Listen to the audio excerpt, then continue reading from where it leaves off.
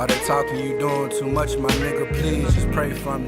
The pressure of life can be weighted, and oftentimes it's hard to beat logic when your heart implicated. My nigga, pray for me. The price of admission for sale. My mind is in prison, so I'm pleading with God. Can he pay my bail? My nigga, pray for me. Cause I'm praying for you. Cause I'm praying for you. Cause I'm praying for you. All these illusions, I'm tasting forbidden fruit, is confusing. I put my blood on these records, I'm tired of oozing, I'm human. I make mistakes, but I'm just tired of losing. I walk on top of life searching answers, but I drown in my music. I'm swimming deeper than the roots on the trees. Holy water could wipe it clean, but it still left a stain with blood on the leaves. But that's when niggas leave, like when you freak a black, get rid of that nicotine. Trying to plant a seed with these mustard dreams, we just wanna be equal. We can act like Brian Nichols, but we doing it peaceful. I keep my peace full, this world cruel. Streets don't give a fuck about no black man. We ain't the same race, but what you paving for that next man? My biggest fear at this point is just living my life. Cause a white man would try to kill me, won't even think about it twice. I pray for my son, feel like I'm setting him up. This shit, I feel for his life. But it's God's test, it's like I'm Abraham and he Isaac. I put his heart to my knife. My nigga, pray for me. The pressure of life can be weighted, and oftentimes it's hard to beat logic when your heart implicated. My nigga, pray for me. The price of admission for sale. My mind is in prison, so I'm pleading with God. Can he pay my bail? My nigga, pray for me. This is for me and for you. Walk through the valley of shadow of death and hear some light that guide us through. My nigga, pray for me. Cause I'm praying for you. Cause I'm praying for you. Cause I'm praying for you.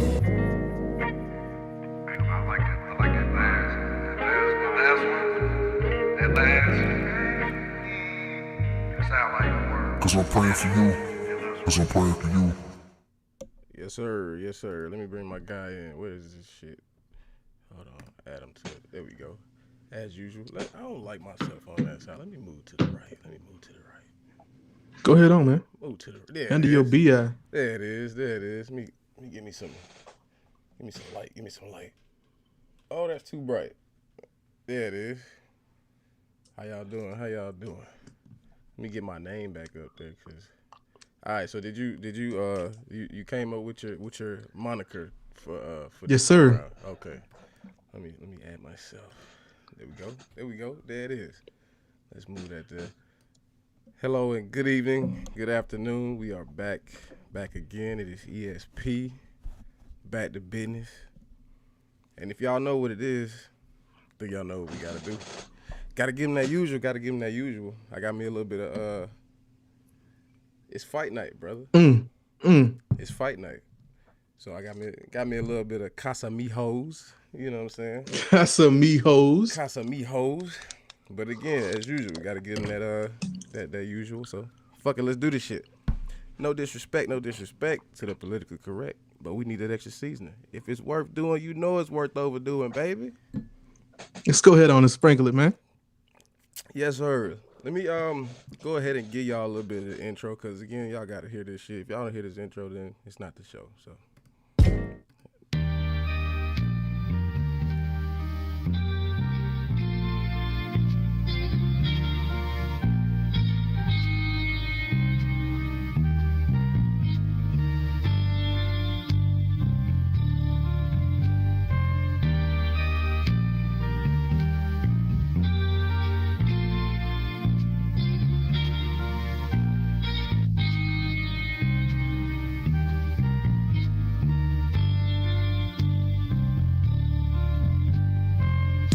Giuseppe, went from the hoop to the Chevy, went from the Chevy to Lamb, now these hoes call me the man, went from no hope to broke joke to $1 million man, now these hoes call me the man,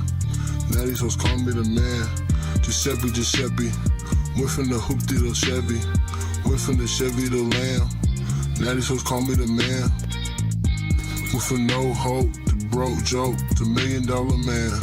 Now these hoes call me the man. You can tell that I'm cut from a different cloth. Hey, that's on fire, bro. But again, this is ESP. I am the Radical Sneakerhead Steve. I'm back with my guy. What? Newly coined. I am Sweet Jones Jr. Okay, he's Sweet Jones Jr. Okay. Sweet Jones Jr. Sweet Jones Jr. The big homie DJ. This big super daddy-o. Again, this is Steve, Vaccine Villain. I'm back with my guy.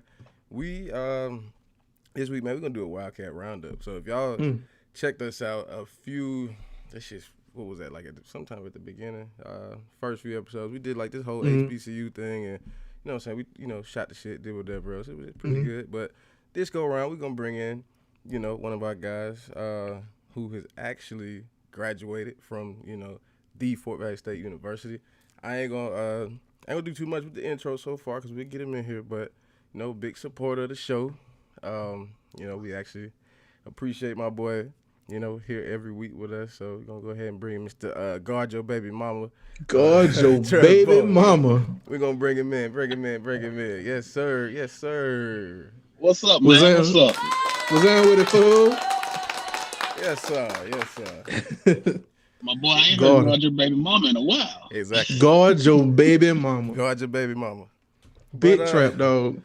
All right, listen. Big trap. There you go. Listen, you should have put that on there, man. Let me do you a favor. Hold on. Big trap, dog. Big trap, dog. You want one, two, or 3 G's? I'm gonna give you 3 G's. Hey, how many of you deem necessary, my man? I'm gonna give you 3 G's. I am appreciative. There we go. Get your name up there for you, my boy. Jesus. All right, so again, we are back. If y'all are here for the 1st, 2nd, 3rd, 15th, 18th, whatever the hell time, please give us some likes and some thumbs up in that goddamn chat. Drop a comment or anything if you want to. Share this out with your family. This is not necessarily NSFW, but it could get there because, again, we got some Casamigos and we got it's fight night. We on that shit. So, without further ado, let's just go ahead and talk about it, man. Let's discuss Fort Valley for a second. The Fort Valley State University, 1005 State University Drive, the big 1895, whatever you want to call it. I don't know, the Valley, Fort Valley, whatever you want to call it. Listen, Fort Valley State University is home away from home for pretty much everybody I met there. Travis, how you feel about the Fort Valley State University? Man, it has shown me a lot over the years, from, going there to actually starting my career there after graduation. I feel like I got a little bit more than everybody else because, a lot of people went and they left, but I never left until recently. Yeah. So I got a lot from it. Well, we shall get there. DJ, how do you feel about Fort Valley to this day with all that you know about Fort Valley? I loved it, man. I loved it. Had some of the best times in my life there. Had some of the worst times in my life there. But, all in all, it made me who I am today. That's true. And we got a championship ring from it, too, so, I definitely agree. Me, myself, Fort Valley taught me a lot of things about myself, about who I am as a man, I believe, about what I consider family moving forward in my life from, leaving there. Family is not just a word when you are at Fort Valley. Family is Fort Valley. So right. With all that being said, let's just move into just this experience with HBCU. So again, we talked about how we all met up at Fort Valley. Travis, he enjoyed Fort Valley, I'm assuming, a little bit, but let's just talk about how you got there. As far as getting to Fort Valley, is it something that did you look into Fort Valley? Did somebody bring you in for a visit? Like, how did you get there? And did any PWIs come up for consideration when you were looking at school? Man, as DJ knows, I am the biggest Alabama fan. So yeah. I applied to go to University of Alabama. Got accepted. My mom looked at how much it was going to cost, and she was like, Yeah. Sounds right. Yeah. That sounds about right. Sounds about right. Yeah. So her uncle is one of the biggest FVSU supporters that I know. Graduated in 1956, I think. Damn. Something crazy like that. Walking around campus, people ask about him all the time. He's taking busloads of students down to Fort Valley. So she pretty much told me, you got an uncle that graduated from Fort Valley. And I was like, where is that? So one day he said, come over to my house. We got his expedition. And we drove down to Fort Valley for a football game. I had no idea where I was. I had never heard of Macon before. Hey, I had heard of Warner Robins, Fort Valley. hey, I was like, what is this? Did an application. He even paid my application fee. hey, listen, you got recruited. Hey, Right. That's exactly what that was. You ain't going nowhere else. Couple of months later, my mom was dropping me off. listen. So I feel that with the mom dropping you off, like I talked about, in the previous episode that we did on the topic. So my mom, she just wanted me out the house, basically. It was kind of like, hey, I know you said you don't want to go to school, but you got to get the fuck up out of here. I'm sorry that you want to go to work. I know you maybe tired of going to school. You want to go make money, but no, you going to somebody's school. So she filled out my application. She did my room assignment, all kind of other shit. And the only way I knew I was going to school was I got a text message from my boy Cam Harris. And he was like, hey, I'm your roommate. I'm like, okay, well, whatever. I guess here we go. So It is what it is. But yeah, I mean, I had a second part to that, but when you actually got accepted, like what were you thinking? I know you said you went on like your little tour, and everything else, and you had your uncle that had graduated from there. But what were you thinking outside of going on that tour? Like, okay, hey, I'm accepted. I'm going to HBCU. I know I'm a big Alabama fan, but what was this? What was your first thoughts? When I got that acceptance letter, I immediately started stacking money at McDonald's. Like, I didn't think about like, hey, I'm going to an HBCU. I'm going to college. Like, none of that crossed my mind. I was just like, oh, it's just the next step. Like, I really didn't know what I was getting myself into until we actually got down there. Because, on a visit, they show you the best things, of course. Right. They show you the football game, how many people are there. Mm-hmm. Yeah. When you get dropped off in a traditional dorm, this ain't the best stuff no more. Yes, sir. They don't show you Watson. Yes, sir. They don't tell you when, like, my mom pulled up. We had my mama still got a Chevy Cobalt. We stuffed everything in that Cobalt. Sheesh. Like, stuffed it. We got down there. She told me, this is how I knew my mama was a gangster. Talk about test both of the mattresses out. Figure out which one the best. Nah, she real. She real. She is definitely real. The other boy ain't got here yet. You figure out which mattress the best. Figure out which side of the room you want. Nah, she real. Matter of fact, see if that bed better than the other one. We'll drag it over here. Because Man. if you've ever stayed in traditional, y'all should already know. You get to traditional, whether you got a roommate or not, you got to test that mattress because You have to. They done beat them hoes in. Some of them not as clean as whoever the last person left out of there. They didn't really clean up well when they did leave. If you did not have a roommate staying in traditional, because I was in Boyd, if you didn't have a roommate, you got to go in there as soon as you get there and push them fucking beds together. First thing you got to immediately go ahead and make that. Go ahead and make that king size, bro. Immediately.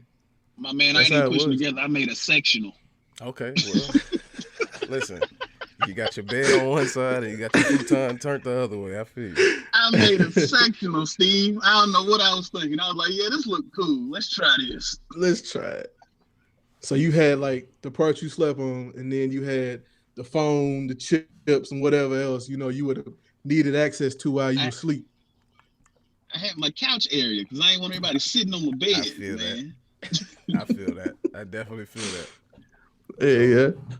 Man, you walk in that traditional, you see that roach upside down in the corner from last semester. That's so welcome. Davidson Hall, when they didn't spray. Because I stayed in Moore Hall was right, but had great access to the caf though. Of course. And it was crazy because you get spoiled because my first 2 years I stayed in the Commons, and then my third year I thought I was gonna be moving off campus. And then I didn't, get accepted or approved or whatever last minute. So I had to put in for on-campus housing, and they stuck me in more. And I was like, oh, I done got spoiled, man. Y'all can't give me my own room. Y'all can give me my own room and then, give me a roommate after that. But, I mean, turns out my roommate was real cool. Trav know him. He went to school with him, Terry. Yeah. And, he was in real your cool. room so much. Say what? Now you see why we was in your room so much. Yeah. We didn't want to stay 'Cause- over there. Cause folks stayed in my room, but then you ended up having Birdsong. He went never there anyway. Yeah, you right. So But you- that you wasn't was until the straight. third year. I Right. stayed in You were straight traditional though. 3 years. Facts. You were straight. But I think it was necessary though, man. Everybody got to experience traditional one time in their life. Like, I mean, I get it. Everybody wants to be, at least for me, when I first was going to school, I wanted to be privileged. I wanted to stay in the commons and everything else. Cause when I went on my visit, that's what they showed me. So I'm like, shit, I want this. I don't want that other shit. Like, I don't want a roommate. And I mean, Right. because, and again, you may not, it may, for whatever reason, you'd be like, hey, my thing was, I don't want to be around, like, in that close quarters with niggas who don't have the same hygiene, right? So I was like, all right, I'm good with that. I just want to be, you know what I'm saying, in the little 4x4, whatever they call the shit. And it's like, all right, cool. I want to be in this because I got my own room inside of a big room, do my own thing. But at the same time, niggas gonna carry dirt no matter where they go because, again, I had my roommate first semester freshman year, Jerron Lucas, cleanest nigga I ever met. He leaves and moves because he's from Peach County. He know Jerron. He's a clean dude. So he leaves and moves off campus, and then somebody else that they end up knowing, I guess because they all went to Hoko or whatever else, somebody that they end up knowing moves in, and he had to be like the complete opposite. I mean, this man, he wasn't dirty. Don't get me wrong, he wasn't dirty. He just was not as clean as what I was used to, and at that point, I was distraught. I'm like, all right, I can't do this shit. So at that point, I'm like, okay, I just stopped being in the room except for when it was time to go to sleep. So, but Right. again, I think it's necessary. Shout out to Josie with a hose B. If anybody knows what I'm saying, then you know what I'm saying. Damn, that's where I met my wife, man. That's truly if you know, you know. On the porch. Hey, On the porch. on the porch. If you That know, shit wild. you know. That shit wild. Shout out to So- Josie though, for real. Shout out to Josie, man. It's all gone now, bro. It's All gone. hey, fun They got times. an Wow. amphitheater. Fun times. We'll get back to that point. Before we go too far, Trav, what was your major? And Accounting. if it wasn't accounting though, would you have changed it at all or? Originally I wanted to be a meteorologist. I don't know why. Hey, listen, shout out to you, bro, because I'm the same thing. I wanted to be a meteorologist, but it didn't happen that way. I had no idea why. I just was looking at the news one day and I was like, I want to do that. And I got a cousin that's an accountant, and he was like, man, they don't get no money. You ain't finna do that. Like, he didn't give me a choice. Yeah. I was like, but what if I'm good at it? He was like, nah, you're gonna do this. Okay. Man told me he was gonna give me a job. I ain't got one from him yet. I can't speak too much on that. Cold blooded. Hey, my man set you up for the okie doke, man. But, You was cold as ice. I mean, but it seemed like it worked out for you though. It did. Because I guess so. When you first left, you were doing what were you doing when you first graduated with the school? I believe? When I first graduated, I started working in the bookstore. Mm. And I worked in there for about not even like 9 months. So somebody put in a good word for me with the foundation at Fort Valley, nonprofit accounting, and they brought me in there, and nonprofit accounting has been my niche from that point on. So what does that entail? Because I'm green as hell over here. So if you ever find it in your heart to give a donation to Fort Valley State University, we were the ones that received your donation. We put your donation to the place where you wanted it to go. Okay. We sent you that nice letter after you made your donation and said, hey, keep this for your tax purposes. We appreciate you. With the president's name on it and whoever the VP at that time signature was. If you got scholarships that came from different alumni chapters or stuff like that, we was the one to process your scholarship. If you maybe went on a trip, the money probably came from the foundation. If you needed a book scholarship, the money probably came from the foundation. And I had no idea what the foundation was when I was a student. I had no idea Me either. it was that many scholarships over there. I had no idea it was available. But when I started working there, you know, I think a lot of the students kept that in-house between themselves, Maybe so. so they could divvy that up between them. Mhm. Maybe so. Yeah. Because once I graduated, I was like, man, we had all this money over here. I could have got some. So much. I But agree. you know, hustle's gonna hustle. So I ain't knocking them for what they was doing. That was Right. smart. I would have kept it in house too. I would have put y'all on and not told nobody else. Nah, You know? I mean, that's what it is. believe it. I definitely believe But it. 'Cause that's You the like whole that. grand scheme of what they do. well, I remember going to visit Trav a few times while he was at work. I ain't gonna lie. I mean, he had people come in and out of the office, you know, dropping papers off, had students in. But sometimes I went, man, we was on YouTube. We was just watching dumb stuff. Talking Yeah, I was a about man by then. But we was By on then, I YouTube had- just I had watching it dumb good. stuff, man. Watching 2K videos and stuff. Shit was wild. Shit was wild. let's see. I got a Go through- question though. I gonna say go through that second one because that's what Yeah. I was looking at what was it, like, the preparedness. Check that one out and go through that one because I think that's a Gotcha. good question. Yeah. So I guess like as it relates to your advisor, did they, you know, set you up for success? So were they more or less like, you know, hands-on, or was it more like, all right, so this is what you gotta do, just go do it? Because I got some shit on that one, boy.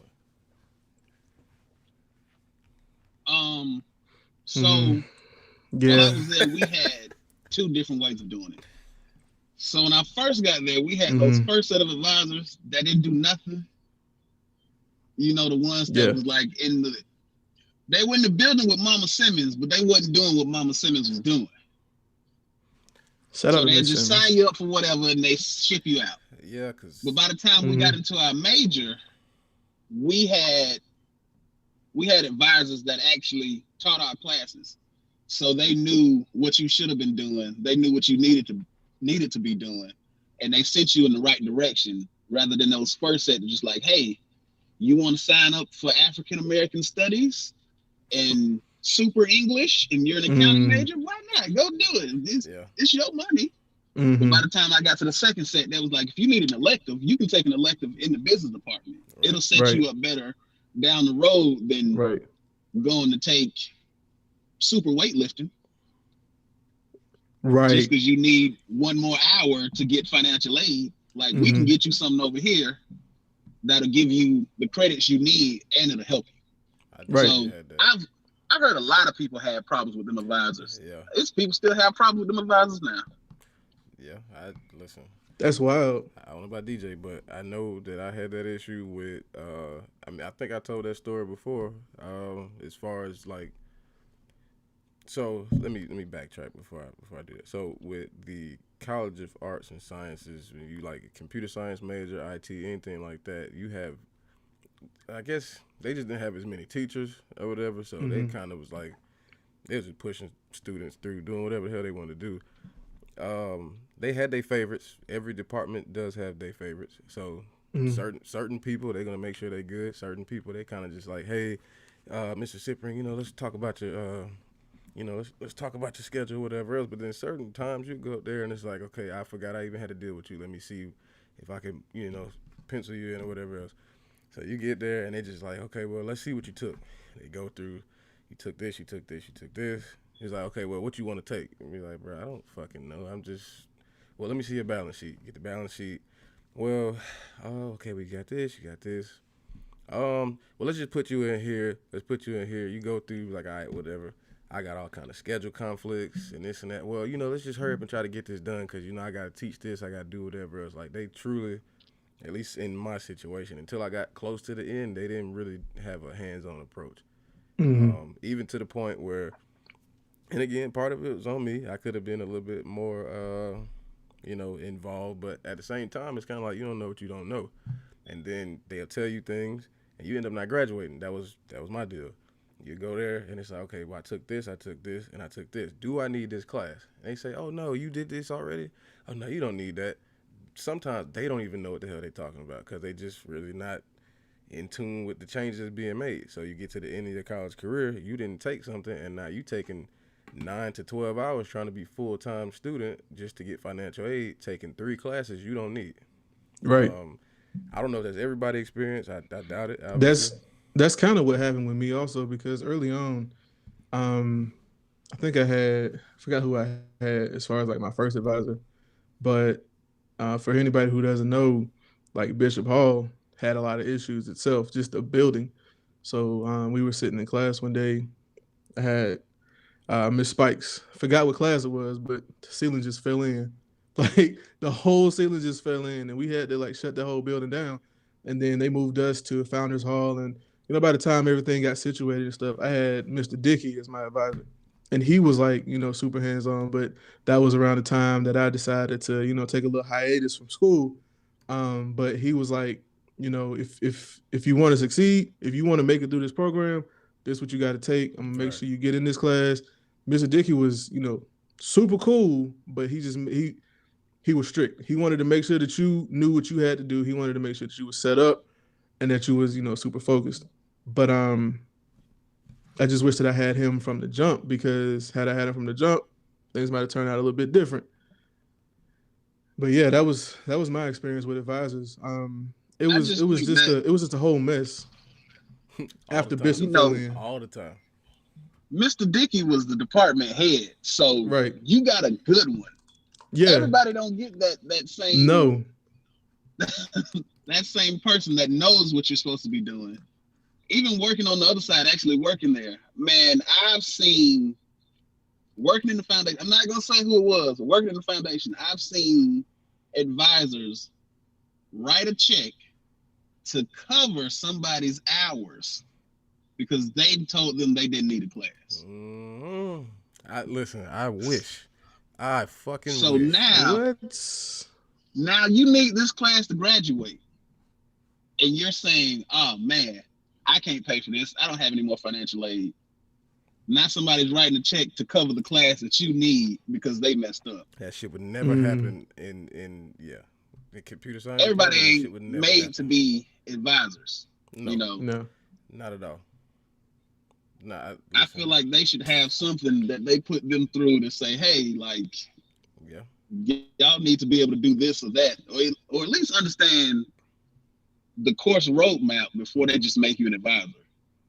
Right. And I mean, advisement. Seniors advisors. Because I mean, they done already been through it. Like they've already been through the program at that point. But I feel like everybody's not built to be advisors. Like, you've got some people who are just built to be just professors, and that's it. And they're wonderful at that. But when it comes to being hands-on with students, trying to get them down the right path for their matriculation and just make sure they graduate, everybody doesn't have that. Everybody doesn't have that skill set. And I think that's what I had early on. And then, of course, when I got Mr. Dickey, that was, probably the most that I've actually had somebody pay attention to, I guess, my needs at Fort Valley. Well, question. So from what y'all know, are these niggas asking to be advisors, or like, are they being made to be advisors, or is that part of like getting tenure, or like? Because I don't even understand the process. Because half the times I've had, like when I did readmission to Fort Valley in 2012, I had fucking Sesquin Curtis. Y'all remember that nigga? Not at all. Okay, so I believe Trav might, but if y'all don't, Mr. Curtis was like that nigga. Listen, if you're talking about a nigga that was just like, hey, what you want to take? Let me hurry up and get you finished. Like that, he was the epitome of that. Like when and then you talking about people who are doing readmission or transfer. That's the last nigga you want, because I don't know the school. I don't know the best teachers. I don't really know what track I should be on. Especially that's especially harmful to people who start in the spring. That's their first semester in the spring or something like that. Like they don't know anything about school. So that's why I was just like, okay.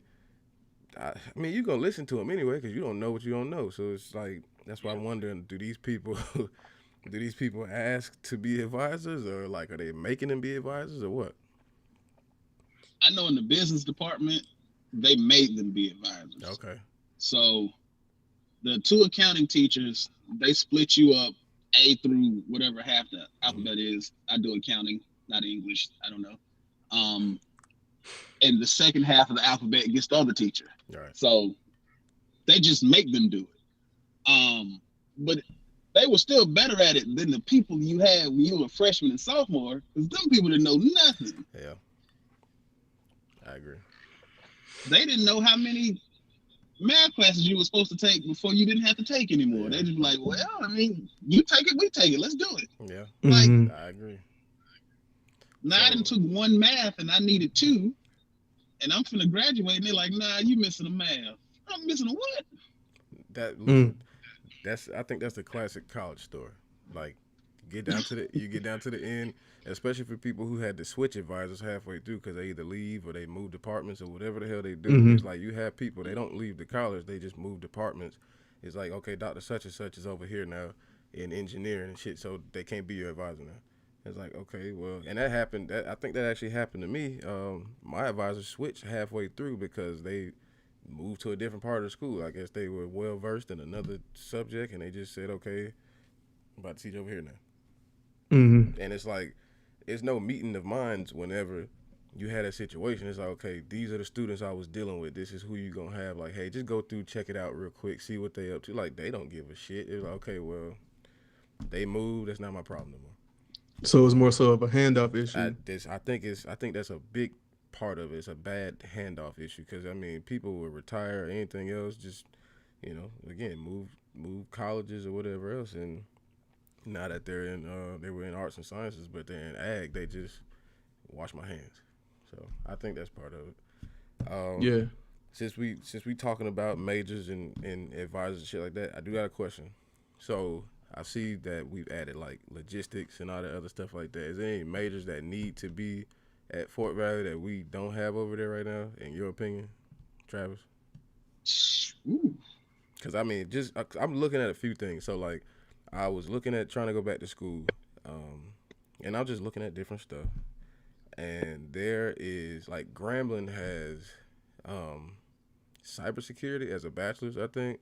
Fort Valley is like, I mean, the only thing they did was remove my major. I think I had information systems, and I had other people I took class with that was computer science. They kept computer science and consolidated it and got rid of IS, but they didn't add anything else that would keep you up with industry standards. Like, we getting our fucking pipelines hacked and all kind of shit like that. Atlanta got this, cyber attack, all that shit.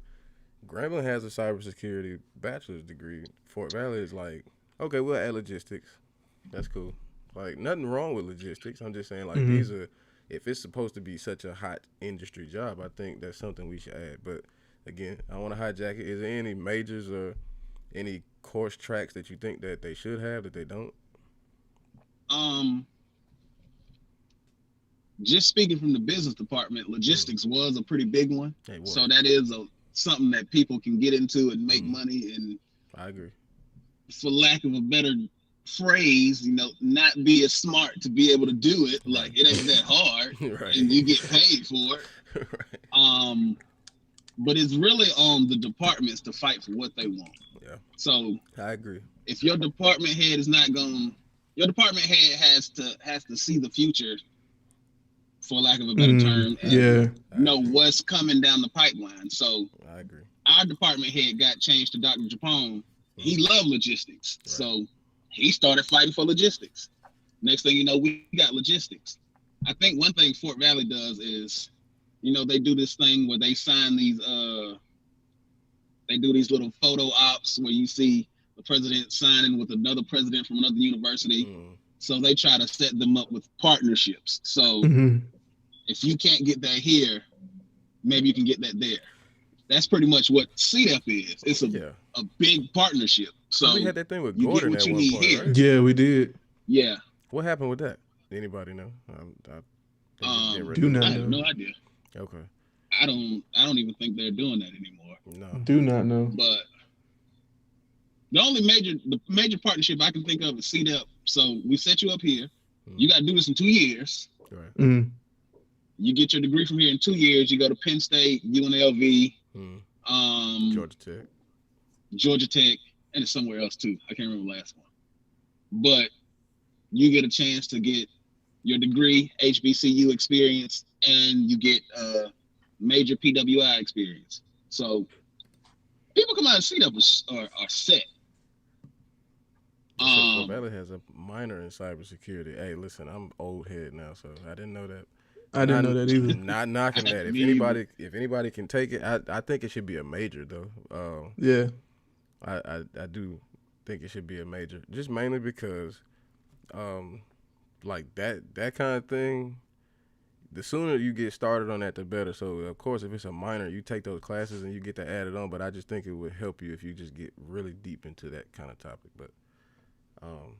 But again, that's just me. I'm not trying to shield for the for IT or whatever else. But again, I think logistics is cool. But like you said, you gotta your department gotta fight for it. I think the same thing like ag. If any, again, like my wife, she's in ag, so I see all this stuff all the time, the different stuff she shares. But the thing is, they rock with each other like hard. Like the ag department, I get it. The school has an ag background, but that doesn't mean anything. I think, again, if your department wants it, they'll have it. Because again, ag, business, engineering, all them guys, they rock with each other hard. So I don't know. I think that department got a little bit they can learn from that. Let's see. Where we at, DJ? Where we at? Okay, I see where we at. Tackle that one, because that was actually yours. I just reworded it a little bit so I could jump in on there. You talking about the influence? Well, the professional opportunities.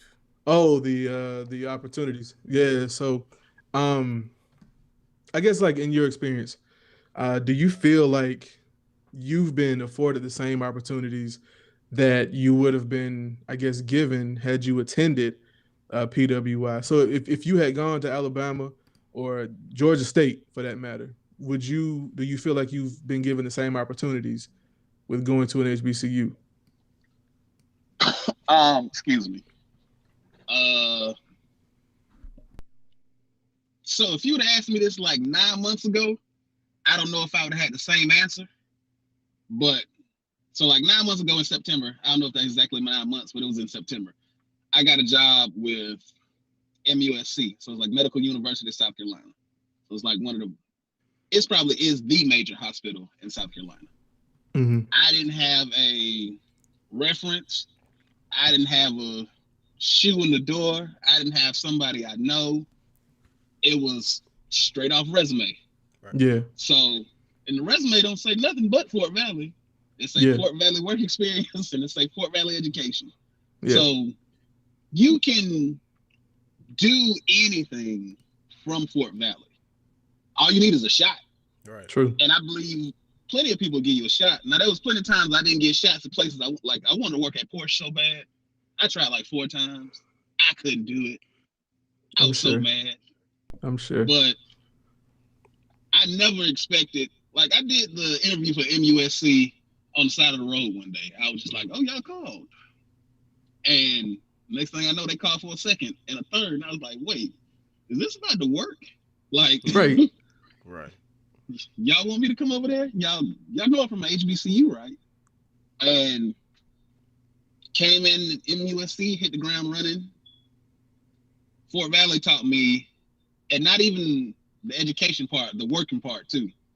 Fort Valley taught me a lot. Like, it taught me how to do pretty much everything from a 501c3, a nonprofit standpoint, from how to take your gift, how to allocate it to the right places, how to endow your gift, how to pull the interest down off your gift, how to say your department has this type of budget for that.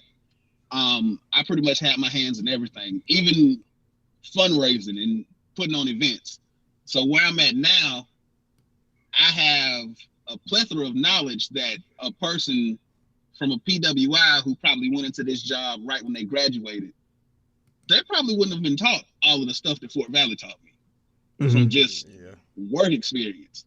Now, I'm not saying I can do everything right, or I'm not saying I can do everything, not even right. I may not be able to do everything with the fastest process because HBCUs, you got smaller staffs, smaller smaller classes, smaller Yeah. everything. I agree.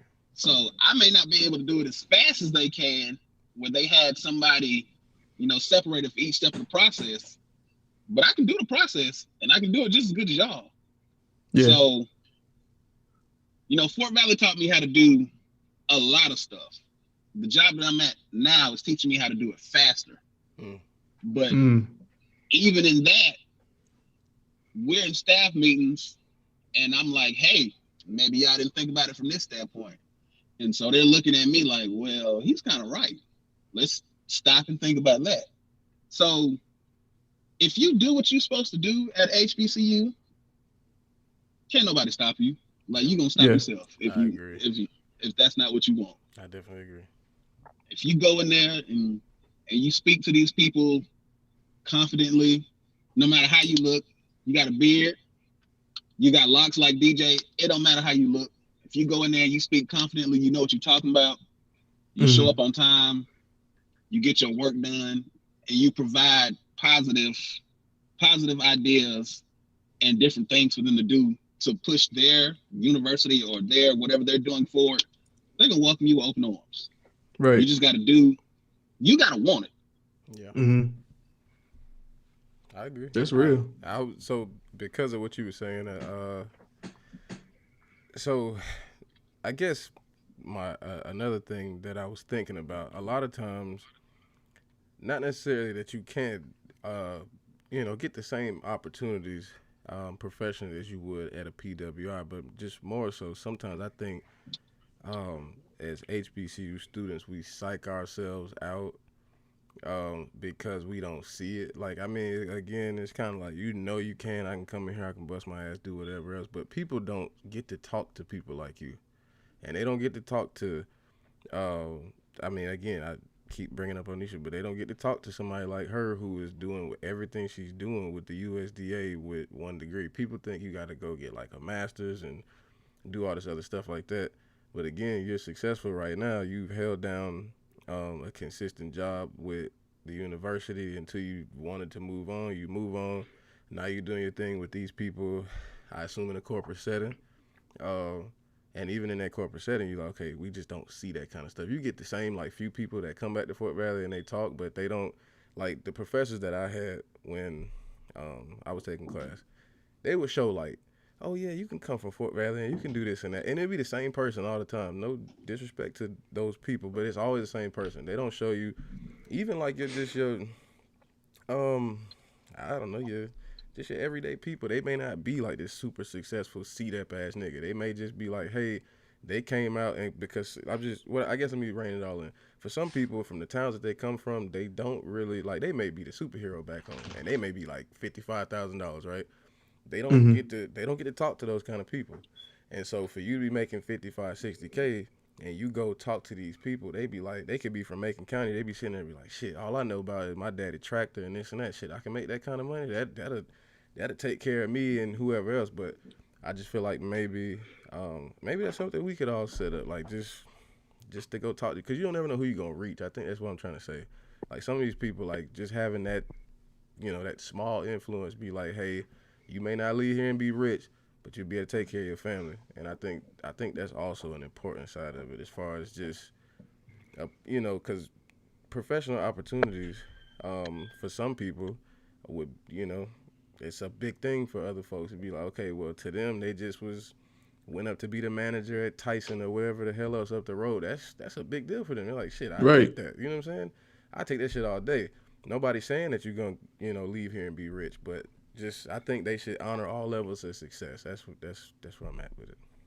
Yeah. But, I don't know. I don't want DJ if you had something. No, I definitely agree with everything you just said. You kind of wrapped it up, like especially with we have to honor all levels of success, because like you said, everybody's not going to come out and graduate and then immediately jump into $50,000, $60,000, $70,000 a year jobs. But it's all about the process and learning from that process. Right. So you take a little bit from each role that you have in order to work your way up. You develop that toolkit, master that skill set, and you could be a success story in your own right. Right. So you definitely hit everything there. So with that, a thing that I was thinking about that I added last minute, since we're talking about just people not getting to see certain things, not see certain people, and things like that. Who was a major influence during your college career? Like it could be anybody, but somebody you see as a major influence on your college career, and what kept you grounded during your time at Fort Valley? I don't know how well this is gonna go over, but y'all know recently in the news with Fort Valley, we had, Dr. Butt saying some unsavory things. Ooh, I'm glad you mentioned that. And I know a lot of people, you see that quote and you like, man, why would you say that? Mm-hmm. I love Dr. Butts to this day. Like, okay. And she say wild stuff. She does say wild stuff. I don't know if y'all want to attack that, but I think people should know what the quote was at least. If you know what the quote was, I know what the quote was. Do you want to paraphrase it? Since that's your girl, I'll let you do it. Young man, why do you have that hoodie on? Mm-hmm. You're not going for iced tea and Skittles. Yeah. I think. So again, I ain't gonna lie. When I read that, I said, "That's some shit she say." Thank you. That was the first thing I said. I said, "Okay, that's definitely some Dr. Butt shit." With that being said, I think that was like, so me, because I'm just a black dude, black man in America. I just thought that shit was wild, insensitive. Just mainly because, and I'm not to attack her. It was just like. Yeah. I don't know who the fuck I'm looking at it like this. I don't know who the fuck I'm talking to in life. You just can't do shit like that. For one, while we may be so far removed from a situation, I just don't know who the hell anybody is. That could have been that man's family that you just said that to. I don't know. And the thing is, it's not necessary.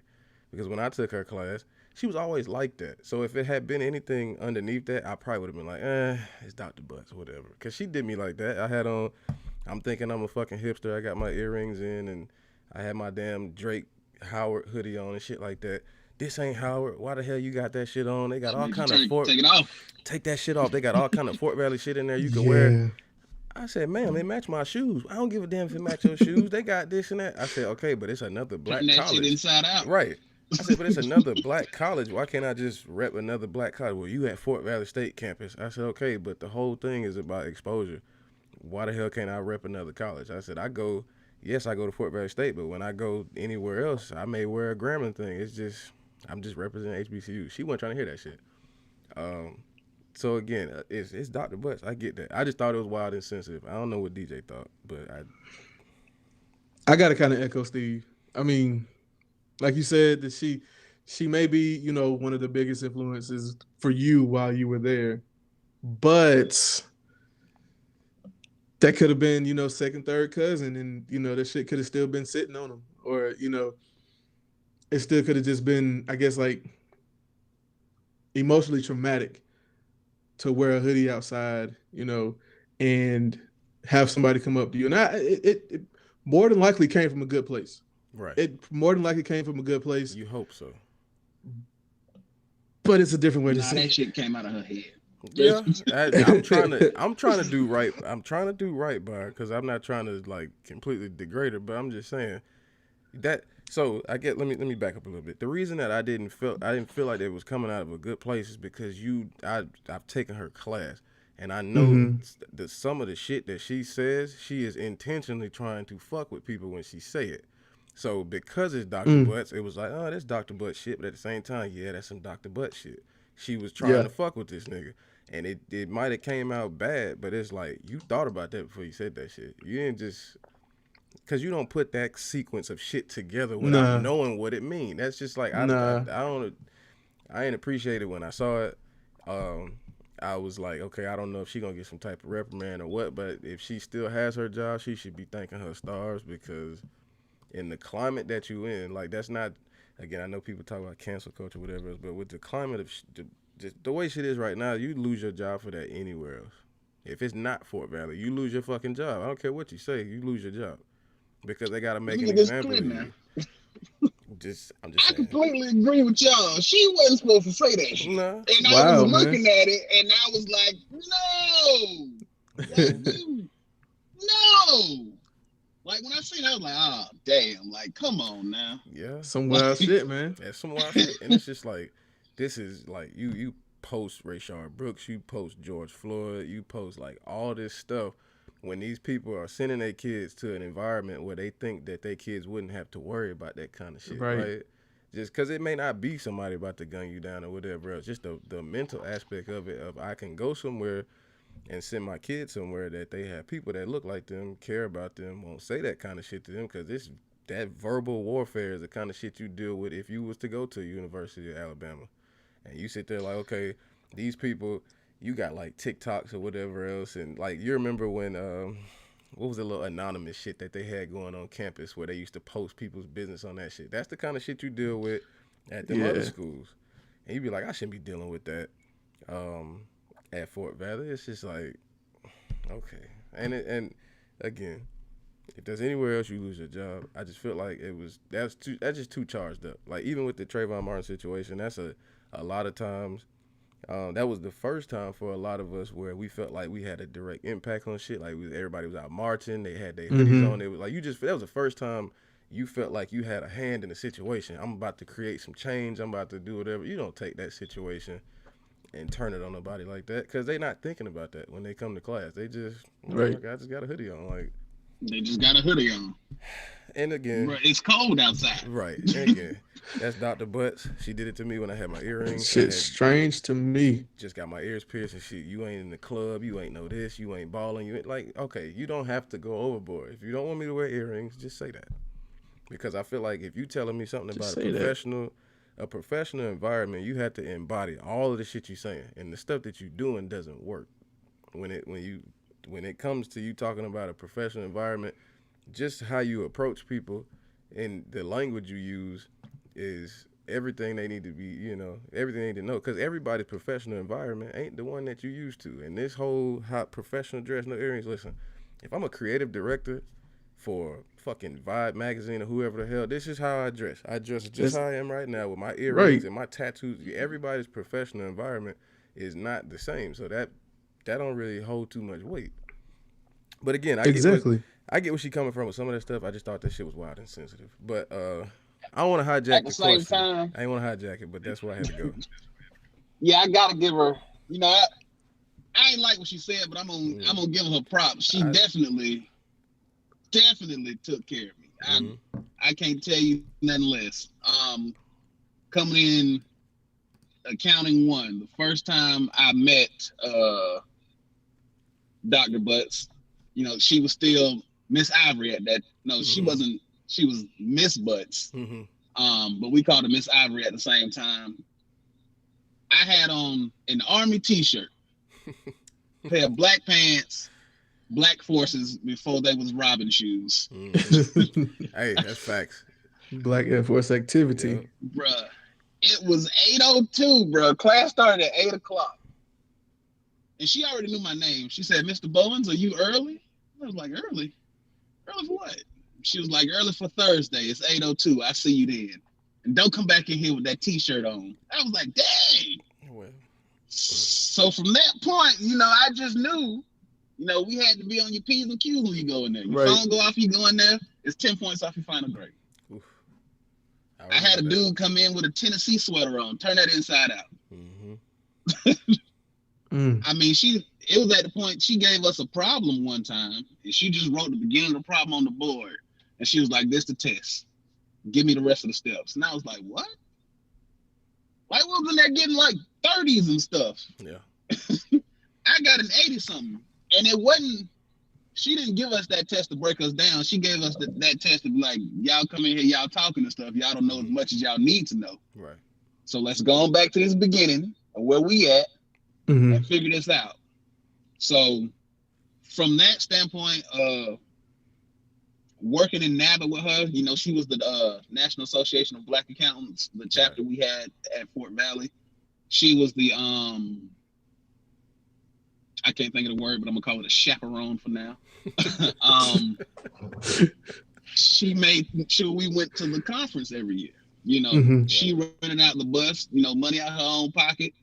Like, she really took care of us. Like, you had to get around that hard exterior, and you know, you sit down one-on-one, you talking with her, you know, she breaking it down for you. Like,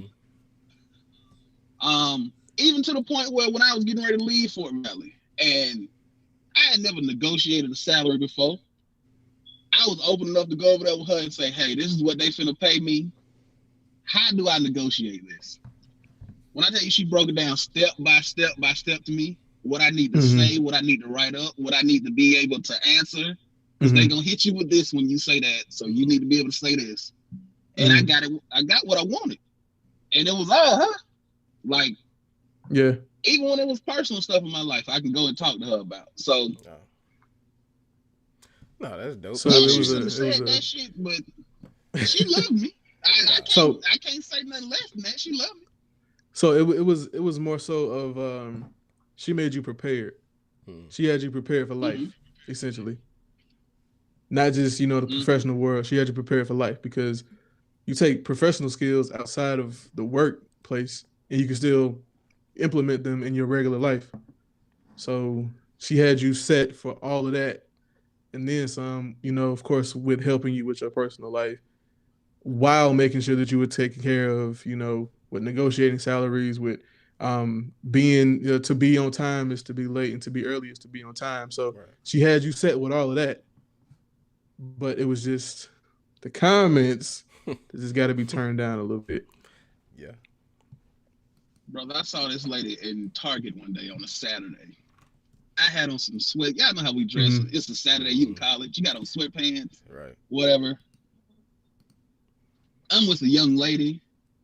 She looked at me. She said, Travis, what you got on? You out in the community. I'm like, man, come on. It's like Saturday. So, I was like, come on, Miss Butts. So you saying she's And my not, dog been the same person. My dog said, it's Dr. Butts now. I said, okay, you got it. you saying she's not down with the bonnet gang, huh? No, not at all. Yeah, exactly. Oh no. She hated that. I know.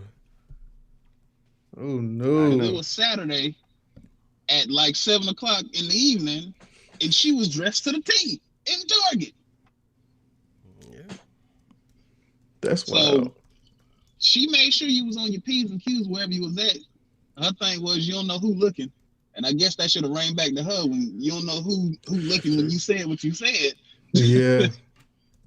Yeah. I get it. I get it. Everybody, and again, it's nothing. My comments, nothing too much against her. It's just because nobody's without flaws. I get it. She's and I could appreciate at least on my side when I took her class. She would stand down sometimes though if you were how can I put it? She would kind of stand down with the BS if you were coming from a place that had valid points, not just talking because you wanted to go back and forth with her. If you like, again, when I hit her with that shit about the, you know, exposure to other HBCUs and other stuff like that, she kind of, you know what I'm saying, she kind of left it alone. Plus, if your grades is shit in her class, she really give you hell. Like, my grades was pretty good in her class, so she didn't really bother me too much. At least the second go around when I took the accounting too. She didn't bother me too bad. I had to retake her class because I had to get I think I had to get like a B in my damn major or some shit, or C plus, whatever the damn grade was. I had to get that. So I retook it. I took it a little more serious second go around, and she, I guess, was used to me from that first semester. So the second time that I took her class, we actually built a decent relationship. She wasn't too terrible to me, but again, I'm of the breed of not taking shit from anybody, no matter who it is. So my thing with her was, and I sat and talked with her once, and it was just like, you know, I probably go back and forth with you a lot, but it's just because it's just as much as respect as you command from me, I expect the same thing, because, again, while you're an adult, I'm an adult also, I'm paying for this class, so again, I'm not going to disrespect you, but I'm not, if I got to go back and forth with you for you to understand that I'm going to stand my ground, that's what I'm going to do. And she said, you know, I kind of like that a little bit, but you still, if I tell you to do some shit, you're going to do that shit. I was like, okay, well, whatever. So, again, she'll let you have it, but you got to, again, with people like that, you got to let them have that shit, too, because if you let her dog walk your ass, she will. Like, that's just her, that's her personality. Right. And so, keep going. Right, and she will. So That shit crazy. I excuse me. I think my I guess like major influence on campus would have been I got two. Dang, I could have had three. I probably got three then. I got Miss Shada Spikes. hmm I have Professor Justice York, and I also have Professor Archer. Rest in peace. right. But Professor Archer really, because I went into my major classes not really with a focus on whether I wanted to do digital art, whether I wanted to do video production, photography, just AV, audio visual, or whatever. But he kind of like opened my eyes to the art of photography. And I would just even outside of like assignments, I would just take pictures outside and just go to him and be like, "Can you critique this picture?" Because he had shown us pictures of, stuff that he did in Egypt, some pictures that he took in Palestine, pictures that he took in Honduras. He was a world traveler, and he had all these kind of pictures just posted up in the classroom, and he was teaching us about framing. He was teaching us about exposure. He taught us about everything. If like you have a setting on your camera, he made sure we knew it before we finished his class.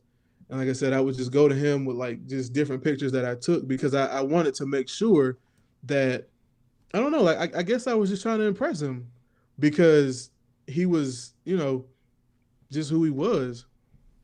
And the last week that I was in his class, he pulled me to the side and he was like, you're gonna make it. And he gave me this big long pep talk and he was like, just don't stop taking pictures because every picture you take is going to be either a memory or a lesson. And that kind of stuck with me because, we take mental pictures without just like throughout our regular life, right? So if something happens, you take a mental picture of that, and that's going to always stick with you. And I guess like that, I'm always remember that. I'm always going to be, super grateful for Professor Archer because those were those life lessons that I guess like Dr. Butts was trying to teach you, but he just did it in I guess a friendlier way. So that was my influence. I love, Miss Shada Spikes. I love Professor York. He was a clown, but it was Mr. Archer, man. Hmm. It was Mr. Archer for me. I actually never got to take any classes over there. I wanted to, but then got too deep into my damn balance sheet. I ain't really have room to Yeah, do the electives and stuff. I he don't was a real great guy. as far as influences. See, so I got different like friend groups and shit in school, and that changes based on just who you are at the time and everything else. My influences were not necessarily all teachers. I did have one that was a big influence on me later because the thing with my major, that shit switched up so much. You'd be dealing with math. Those teachers they would leave. You get some new ones. Mm-hmm. The technology teachers they would move around. They would be teaching certain stuff, and they move here, do whatever else. The only influence, and y'all follow me real quick. The only big influence I had as far as teachers, probably had to be Mr. Yusuf. I don't know if he was in information systems, about him. Only reason is because he was foreign. I think he's from Sudan or whatever. But he was the only teacher that I had in in that part of my balance sheet that was black. Like he was foreign whatever else, but he was black. So he looked like me. He had hair like me. He talked to me like a dad would talk to his son. And it was more so because again he looked like me. He drove this old ass van, and he'd be like, "Y'all see my ride out there? I got that thing done." But again, he would, what I'm saying? That's a joke that a black dad made to a black son. That was the only one that I had, because every other major they had black teachers, so y'all got to see black teachers or whatever. I had one. You know what I'm saying? I had one, and it was him. Like nothing against Dr. Fazey. Dr. Fazey was great. It was my actual advisor. And Yusuf was my advisor here and there, whatever. They switched back and forth. Dr. Fazey was cool. Dr. Fazey, he was Asian, I believe. He was, he was cool. But Dr. Yusuf, Mr. Yusuf, he was he was just like, it was like talking to your dad, man. It was like you could sit down and shoot the shit with him, sit in his office. But then he would kick you out if he had to kick you out. Like, he was, okay, you in here talking too long, you gotta get your ass out of here with your class at, whatever. Like, that's just, again, that's the kind of father-son type relationship you would expect a black man to have with another black man at a black university. That was the only time I ever got that. But if you're talking about just like social groups, whatever else, only other bigger influence maybe toward the time I was about to leave was maybe after I became a member of Alpha. I won't say Ballard, Trent. He don't like when people call him that, but A.T. Ballard, my boy Ashley Ballard. Because again, that's a nigga that's gonna slap you in the back of the neck, grab you by your ear. What the hell you been doing? Let me see your grades. Let me talk to you about this. You need a tutor. You need, what you need. Let's try to figure this out. You need to talk to Tay about, getting with somebody to, get this grade up. Let me see these assignments, whatever. Like, he was overly involved, And again, once you actually, became a member, he was more involved. But he keep that stone face, but he would talk to anybody. He wasn't somebody you would have to be like a member of, an organization, a D9, whatever else to talk to. But that's probably mine. And a lot of people might think that, but he wasn't that guy. But I think that's my two. So. Yeah. Let's see. What else we had, man? That was a good one. Oh, you know what? I know what it is. What's something you wish you would have completed or done while you was at Fort Valley?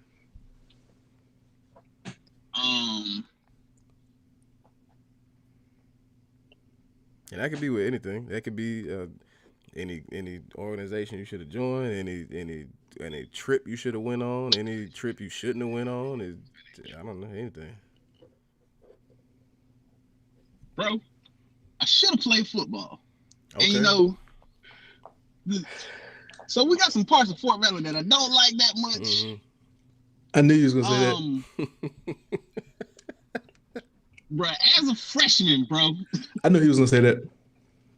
As a freshman, after the first year,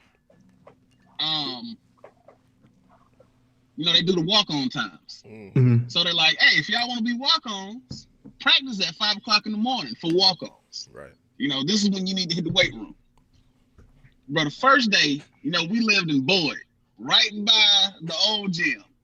Wasn't supposed to go out the back door, but that's where we went to go to practice. Oh, well. Bro, first day we went to practice, they said if anybody late, everybody got to run. So, bro, if you late, don't come, bro. Just stay where you were. Yeah. I'd be damned if 5 o'clock. This motherfucker don't walk in here at 5:05. Yep. And the whole group look at him like, bro, come on. And back then, the strength and conditioning coach was Ralph. Ralph was crazy. Mm-hmm. Ralph was coaching us, and he had on his clothes from the club last night. Ralph said, he probably just left. Just run. What the fuck that mean? Right. He was like, just run that way. And when you see this, take a right. And when you see that, take a left and keep running. Right. Bruh, I took off running. I wanted to play tight end. I felt like I had that sauce. So I'm running. I'm in the front. Bro, we get to the library, take a right. I'm still in the front. We get to the Q house, take a left. I'm still in the front. Bro, that cold air started hitting my lungs. I started backing up. I'm like, hey, people passing me. What's going on? Motherfucker, chest start itching, boy. Man. Yeah. Next thing I know, we get to the top of the street. We get to State U. But Ralph running down the street with us. Bro, I'm like, what is wrong with this man? He got on regular clothes. Like your boy said, he probably had just left the club. He just left, man. He was warm. That nigga had some shit in his system. Bro. Yeah. I'm in the back with Todd. With Tad and my boy Jamonte Ronte. Hey, shout out to him, bro. I remember he got up and go to practice for real, man. That was my roommate. Mm-hmm. Bro, we tired, bro. We get to a church. This man say, all right, everybody get in push-up position. Like, bro, what you talking about? It's cold. Like, we got on shorts and T-shirts. You just made us run down the street. Bro, picture 60 walk-ons in a church parking lot doing push-ups. 60 Ain't walk nobody off. time you get to like 20 minutes into doing nonstop push-ups, you groaning, you cussing. Be like, hey man, stop cussing. We on a church parking lot. We like, bro, what's wrong with you? This hurt.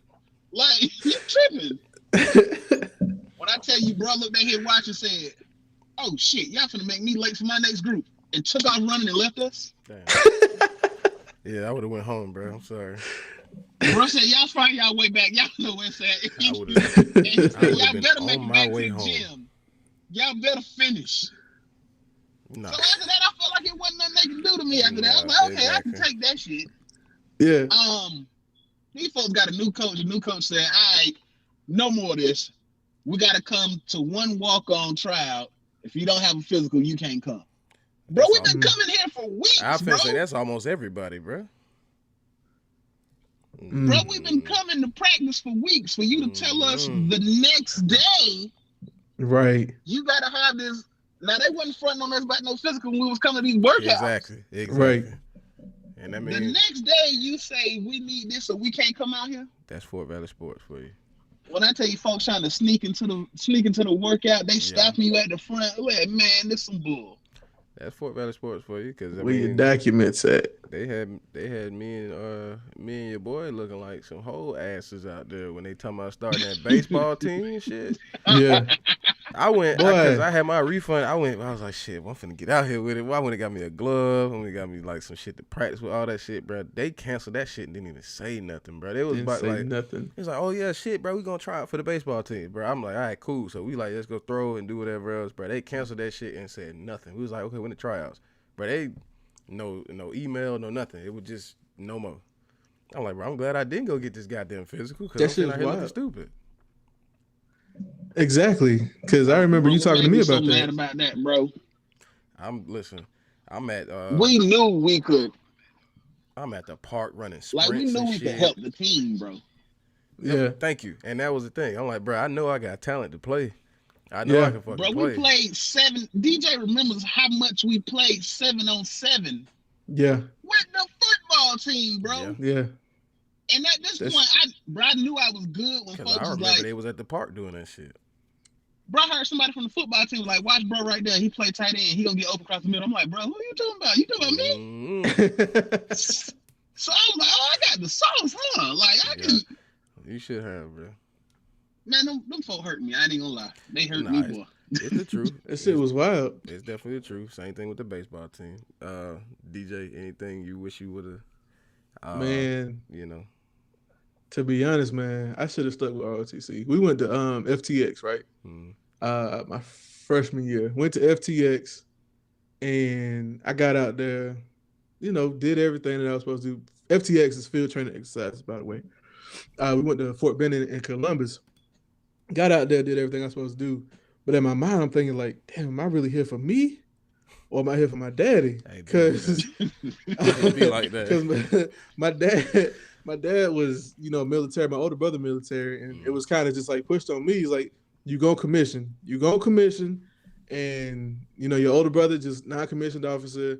He out here, he doing his thing. He's E2 at this time, E2, E3. And he's like, you gonna just go out there, you're gonna be an officer. And I was like, okay. So he talked to the commander, and he was like, this is my son. You know, don't take it easy on him. What? That nigga did not take it easy on me, for real. Your daddy had I think it was like extra eyes on me. We got to Columbus. And I was like, damn, is this for me or is this for my dad? But like, I do wish that I had stuck with ROTC, because could have been well into my career with the military by now. Could have been, you know, set myself up for 100% retirement by now, because that was 2008. That was 13 years ago. Yeah, I was gonna say you was barely 18, 19. So that was 13 years ago. Yeah, could have set myself up for 100% by now.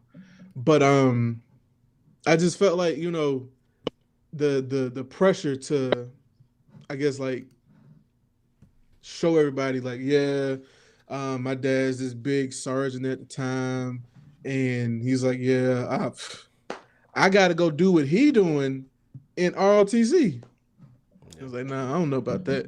So needless to say, I did 2 semesters. I did 2 semesters at ROTC, but that was it. That was it. And then now, looking back on it, it wasn't the 6 a.m. PT, because PT was only 3 times a week. It wasn't every day. Right. PT was only 3 times a week, 6 a.m. to 7:30, and then they got you back in time for you to go to class and stuff. But it was just like, who is this for? Is this what I want to do right now? Right. Kind of did want to do it at this point. That's real. Yeah. Listen, that's real. I agree, because I feel that way about certain things, certain shit. You look back, you be like, I should have did this, should have did that. I think the only thing for me, honestly, on the surface, maybe some other shit a little bit deeper, but on the surface, I should have just, I should have opened myself up to different things a whole lot sooner than I did. Like, I started to get involved in shit maybe like junior year, certain stuff like that. But when I came back, because I went to school in like 2009, but then I left, came back in 2012. When I came back then, I ain't had friends like that, so I was like really good into my academics and shit, but I should have expanded my social circles a whole lot sooner. Because it's like, you just look at certain opportunities that people get. It's not even that they were even, not saying niggas is not good at what they do, but it's just like people get put in position because they know these people. And it's like, bro, if you met them your sophomore year instead of first semester of senior year, bro, you would have been shit. Yeah. It's just the truth. And I wish I would have just opened myself up to different things. Like, again, talk about Onisha.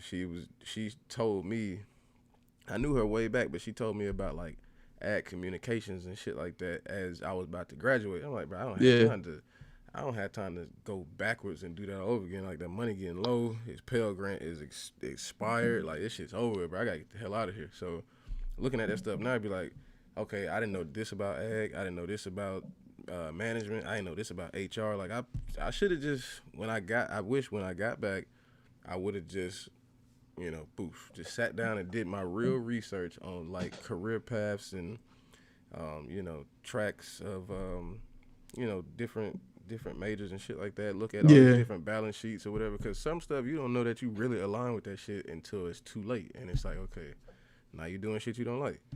Facts. But that's my only. It's not really a regret. It's just I wish I would have switched up earlier. Trav can definitely I'm sure. attest. He can definitely attest to, when you came back to Fort Valley, you were just super focused on academics because you was always at the apartment using that good ass Wi-Fi. Exactly, because the Wi-Fi, using that good ass Wi-Fi. That Wi-Fi was trash. Niggas already know that Wi-Fi was trash. But I did all my work at these niggas' house. I did using all my good work ass at these niggas' house. Let's see. So, we got a couple more questions. Just this in particular. Are joining organizations of any kind, don't have to be Greek or whatever else, do you think they're actually necessary? Like, do you think if your department has that organization that does a little bit of outreach to students and shows them things, do you think it's necessary to join it, or should you just kind of, if you don't want to be a part of it, just do your thing? Let's see. I don't hear him no more. Oh, he muted. Or is he doing that, or did he mute himself? Because he's not showing that he's muted. Nah, I can't hear you. Let's get this audio back. Let's get the audio. He looked like he had something to say. He was about to let it rip. Oh no, I couldn't hear him. I was gonna say, if it's not working, I can't hear you. But if it don't work, just jump out and jump back in, because you had something to say. I'm gonna feel it till he start back talking. Okay. It could go either way, right? So on one end, I would say you don't necessarily have to join organizations, but you do have to be super focused, and you do have to do more than these people who are in these organizations, because they already out there networking. They already out there getting their face. They already out there, making connections as it is. So if you're not going to, do any sort of organizations, you definitely have to work hard. You definitely got to go out there, talk to people on your own.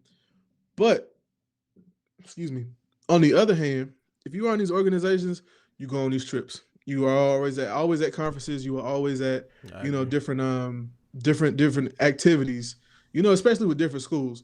So, it makes it a little bit easier after graduation. It makes it a little bit easier to jump into, a position because these people know you. They know your work ethic at this time. Right. So either way, I would definitely recommend, going into one, just at least testing the waters to see if it fits for you or not. And then if it doesn't, by all means, work on your own. Right. Travis, do we have you back? Where your audio? Let me see. Can you hear me? Yeah, I got you. Yes. Bro. I got you. Let it now, rip. bro. All right. Bro, join everything you can. Okay, there you go. Let it rip. It don't matter what. You can be an accounting major and you want to get in the marketing club. Yeah. Join it. I agree. You never know where you're going to go and who you're going to meet and who will be able to remember you from the case competition in 2009. Yeah. You never know. I agree. I joined one organization. That was NABA. Hmm. We went to a conference and I met so many people. I was like, man, I need to be in everybody conference. Like, Right. It's just an opportunity to do. I mean, you in college. What else you gonna be doing? Sit in the room? You might as well. Listen. I'm telling you now. That is, so I piggyback on that. So that's my thing. That goes into what I was talking about with the wish you would have completed. So again, I wish I would have just branched out earlier, joined some of these organizations earlier. Not like, oh yeah, they having fun and they going on trips. It's just like some of this shit, bro. Again, back to the beginning. You don't know what the fuck you don't know. And so these people, just by getting next to these people, they teaching you things about yourself. Damn, I probably could answer that question that way the next time I get into that conversation. Or shit, first time you ever know what an elevator pitch is when you graduate. That's too late. It's like, okay, cool. Because just the concept of an elevator pitch, you just like, okay, what the hell is an elevator pitch? You'd be like, bro, people really don't know these things. And it's only because nobody's ever had that conversation with them. Right. You get into these clubs, do whatever. I don't care what it is. You want to be Greek? Try to be Greek. This shit's not for everybody, but again, it may be one of the most strenuous tasks you ever gonna complete just on a, how can I put it? I guess on just interviewing and whatever else. Just stress on your mind. I think it's good stress on your mind. Would I go back online again? No. But I think that's hell no. I bet you wouldn't. No, but again, I think that's good stress. If you can handle certain situations like this where you can do anything, and I think Right. these organizations gonna teach you just a whole lot. Like you're gonna be able to spot the snakes way sooner. Like when you be in your professional, duties at work, you're gonna be able to spot the snakes way sooner because you've been in these organizations in school. And again, not necessarily because people are childish in college. I get that, but I'm just saying the snakes. You're gonna be able to spot the people that's looking for a come up on your ass a whole lot sooner. And I think that type of stuff is important. So again, it's cool to be by yourself and have your you time, but you do need to join something. I don't give a shit if it's the Yu-Gi-Oh club, bro. Join something. He said the Yu-Gi-Oh club. Do it all, like he said. Do it all. Bro, think about how much time you spent just sitting in your room chilling. Yep. That you could have went to a 30-minute meeting somewhere and been a part of this club. Yep. And now you've been put in front of other professors that you might not have taken their class. I agree. Now they've taken a liking to you.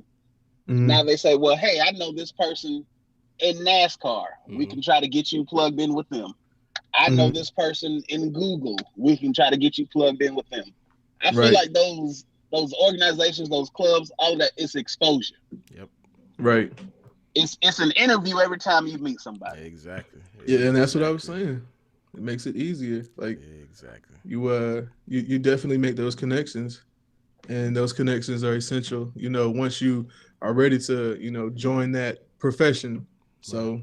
And another thing about joining these organizations. So, let me go back a little bit. When I talked about the whole strenuous like interview process and all that shit like that, the thing about that, being in an organization and being in these clubs and these groups and whatever else, this is the only time in your life you ever gonna get a second chance to really show people who you are, right? Because okay, they saw you that first time, you was a little timid, you was whatever, didn't know what to say, didn't know how to talk, whatever. Once you got to know them, that's okay. Now when you make it back to the second meeting, you can kind of let all your anxiety go, get used to these people, and now you could really show who you are. Because some people just like they just don't got it the first time coming out, so they sitting there and they talking to people, they timid, they don't want to answer no questions, they don't want to introduce themselves, whatever else.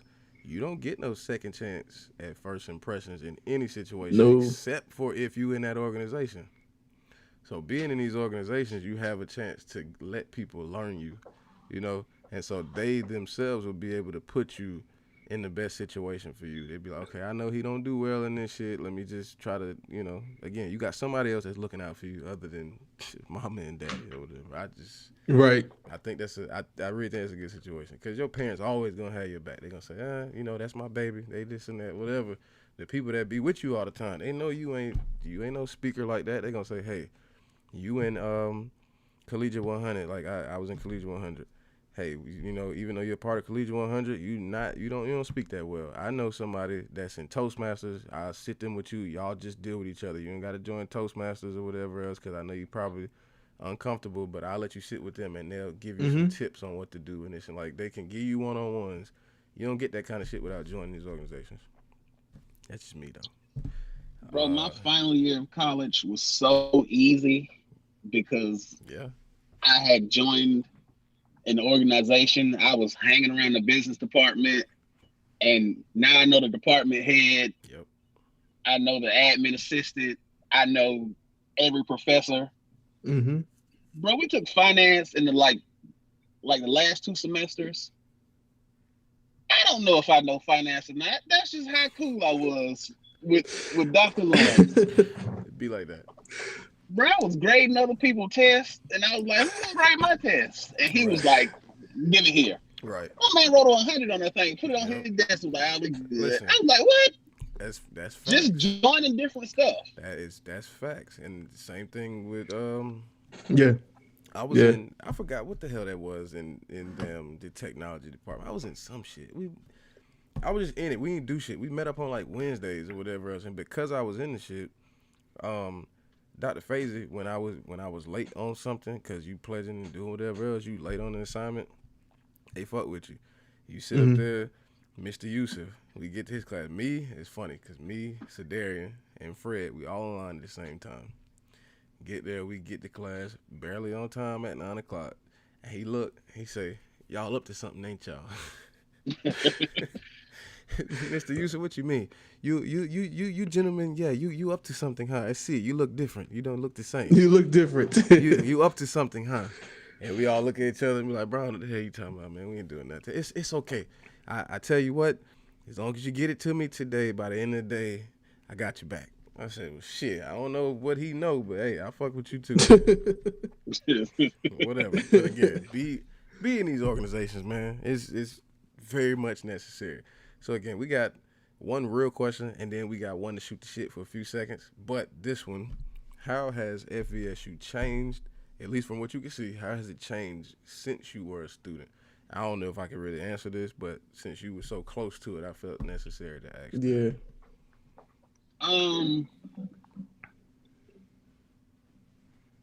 When I first was a student, man, how hasn't it changed? That's probably the question. Tons of buildings have changed, tons of turnover with staff, and you know, we had traditional dorms. If you go down there now, it's one traditional dorm left. Yeah. Maybe 2. I think it's 2. It's one on one side is what's the Ohio Hall and so they use Ohio as like an honors dorm. Right. And they got another one that's still standing. I forgot the name of it. Davison still up? Davison, that's what it is. There we go. They slapped the amphitheater where all the dorms were. Amphitheater. It's pretty too. Right by the calf, right? It's pretty too. Yeah. I bet they redid the calf beautiful. Multiple times. Mm-hmm. Yeah. The second one too. DJ, what's the name of the building y'all was in? The roof fell in. Bishop. That's open again, huh? Yeah, it's open again. That shit again. looks beautiful. Yeah, it's beautiful. Yeah. Yeah. That's like but that can be a state of the art TV studio. No, it's not. Yes. Like, it is awesome. They moved the Mac Lab from Founders over to Bishop. You know what? So I will say, I'll let you finish, but I do have an opinion on how I think shit has changed since I was a student. But I'll let you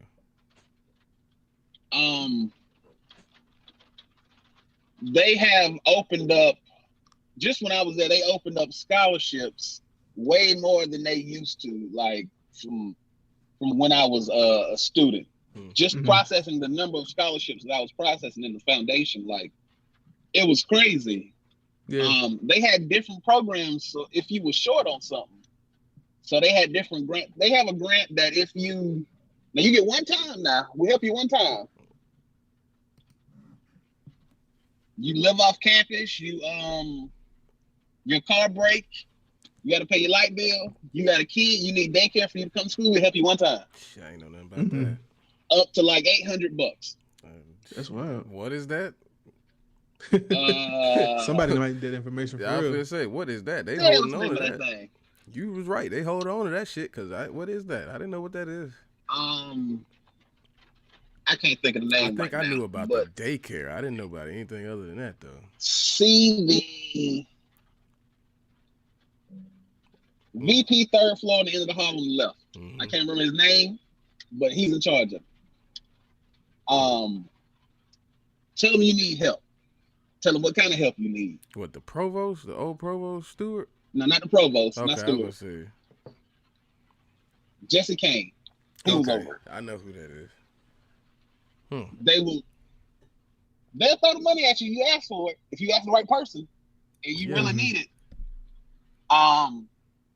They had gap scholarships. So all of us who went home because you had a $900 balance, a $1,000 balance, your family can't cover it, they'll scoop in and plug that for you. They added so much stuff to help you get along. I don't see how. Like when we started at Fort Valley, it was us. Right. We had us. Listen, because even when I had come back, the most they was trying to do was like they may cover a few meals until your shit kicked in. But that was the most that niggas was doing. I had people sleeping when I moved back into Building 5, I want to say 2014. I was in Building 5. I had niggas sleeping on my goddamn couch and shit because they ain't had no housing and like like they homeboy was my roommate and he was like, well, I got classes, I just don't have nowhere to stay. Shit, niggas slept on my couch for like 7 weeks, bro. Yeah. But didn't get kicked out of school because he had classes. I'm like, bro, they don't even care where you live at. They just like just come to class, man. Just come to class. Just come to class. I had people that lived in Macon that stayed on my couch. Right. Bro, we really had even the city of Fort Valley, how it's grown from the time I was a student to the time I left. Yeah. Hey. Bro, we had Harvey's and McDonald's. Yep. And Tony, a little bit of everything. The Chinese man. Hey man, I miss Burger that King. shit, man. Burger King was there too. And Burger King. I miss that shit. We had Tony's, McDonald's, Burger King, $2 Tuesday at churches. Now they got Dollar General, they got Wendy's, they got all kind of stuff. Yep. They got a shuttle to take them to Walmart. Yep. That's wild. Like that shuttle never ran while we were there. We paid for transportation, but never ran. It may have run, honestly, and just speaking from our own campus perspective, it may have run 3 times a day. Once in the morning, once in the afternoon, and once somewhere late in the day. Because the guy that drove the bus, he was always, the bus would be sitting though. You could see the bus sitting at the HPE in the parking lot. But it was actually it was on the opposite side. Yeah, it was in the parking lot of the stadium on the opposite side of the student center. And the bus would just sit there. It wouldn't move. He was just up in there with the air conditioner running, just chilling. Right. So I'm like, okay, we paying a transportation fee like you said, but the shit don't move. So we had a round the town shuttle. Yeah. Yeah. But that Walmart shuttle, yeah, that we supposedly were supposed to have. So when I go to Perry. So they'll take you to Fred's. That wasn't no problem. And that Fred's ain't got what Walmart got. That but you ain't been there since at least 2009 though, because I remember when they had it, it just never ran for real. Bro, I remember when we was at freshman orientation, and they had chartered a bus to take us to the mall in Macon. I haven't seen any sort of I haven't seen any sort of transportation since. As far as like getting kids to Walmart and stuff like that, I used to take folks to Walmart because I had a car. I used to just drive folks around. Let me get a ride to Walmart. I should have started a taxi service. Hey, But you could have been the first nigga. What you call it? The damn Uber shit, man. You could have. I could have been an Uber, bro. I could have been an Uber. You definitely could have did that shit.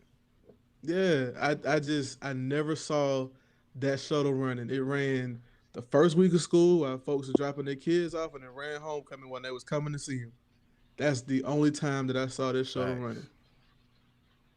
Bro, I started at Fort Valley when we had the old stadium, bro. Like, we didn't have the new stadium when I started. No. That's true, too. Yeah. 2008. I don't know nothing about that old stadium. I just saw the pictures in the calf. Bro, we had the old stadium, and we had one through, I think all we had at the time was 4 and 5 built at the time. I don't know. Mm-hmm. I know we had one. Yeah, it was 4. It was one. It was 1 4. and 2, and then they had 3 and 4 at the beginning because I remember Justin, the capper. He was my orientation leader, and he was like, "Oh, y'all so goddamn privileged. Y'all don't know nothing about the shit that we had to deal with. Y'all got y'all pretty little dorms, and you know what I'm saying? Because I think they had built this shit in like 07, wasn't it? When he said something like they built it when he was." Yeah. He had just started when they were building it or whatever.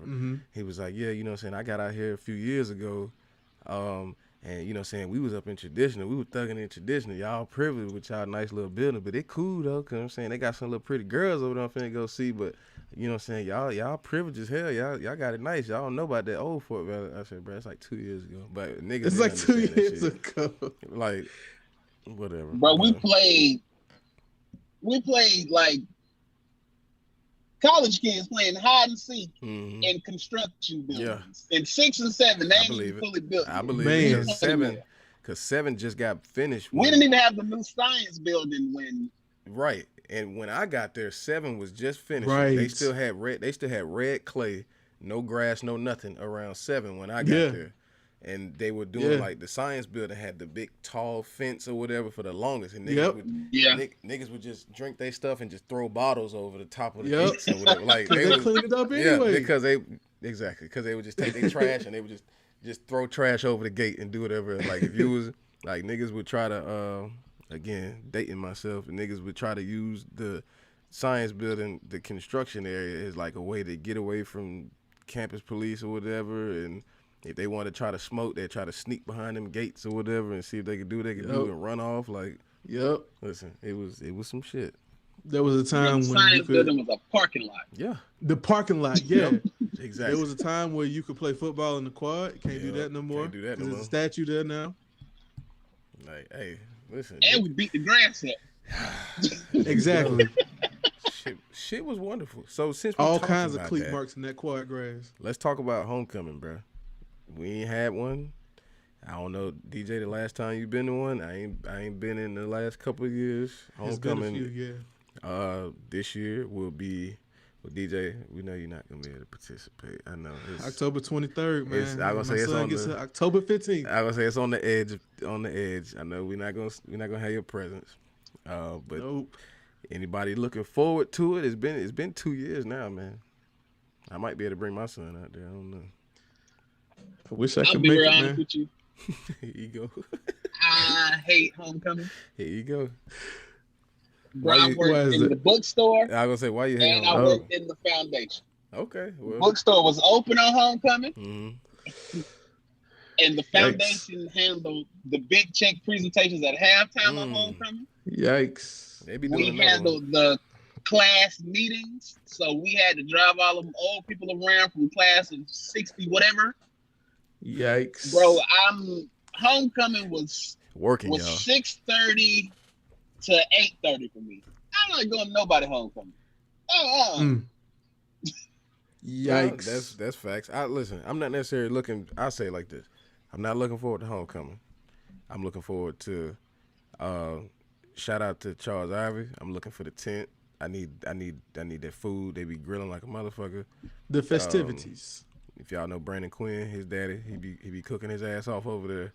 I'm looking forward to the Alpha tent because listen, we exquisite. We stay with a IPA keg or some shit like you. Listen, who in their right mind has a exquisite? keg? A keg of IPA. That's first of all, that shit's expensive already. She's already expensive.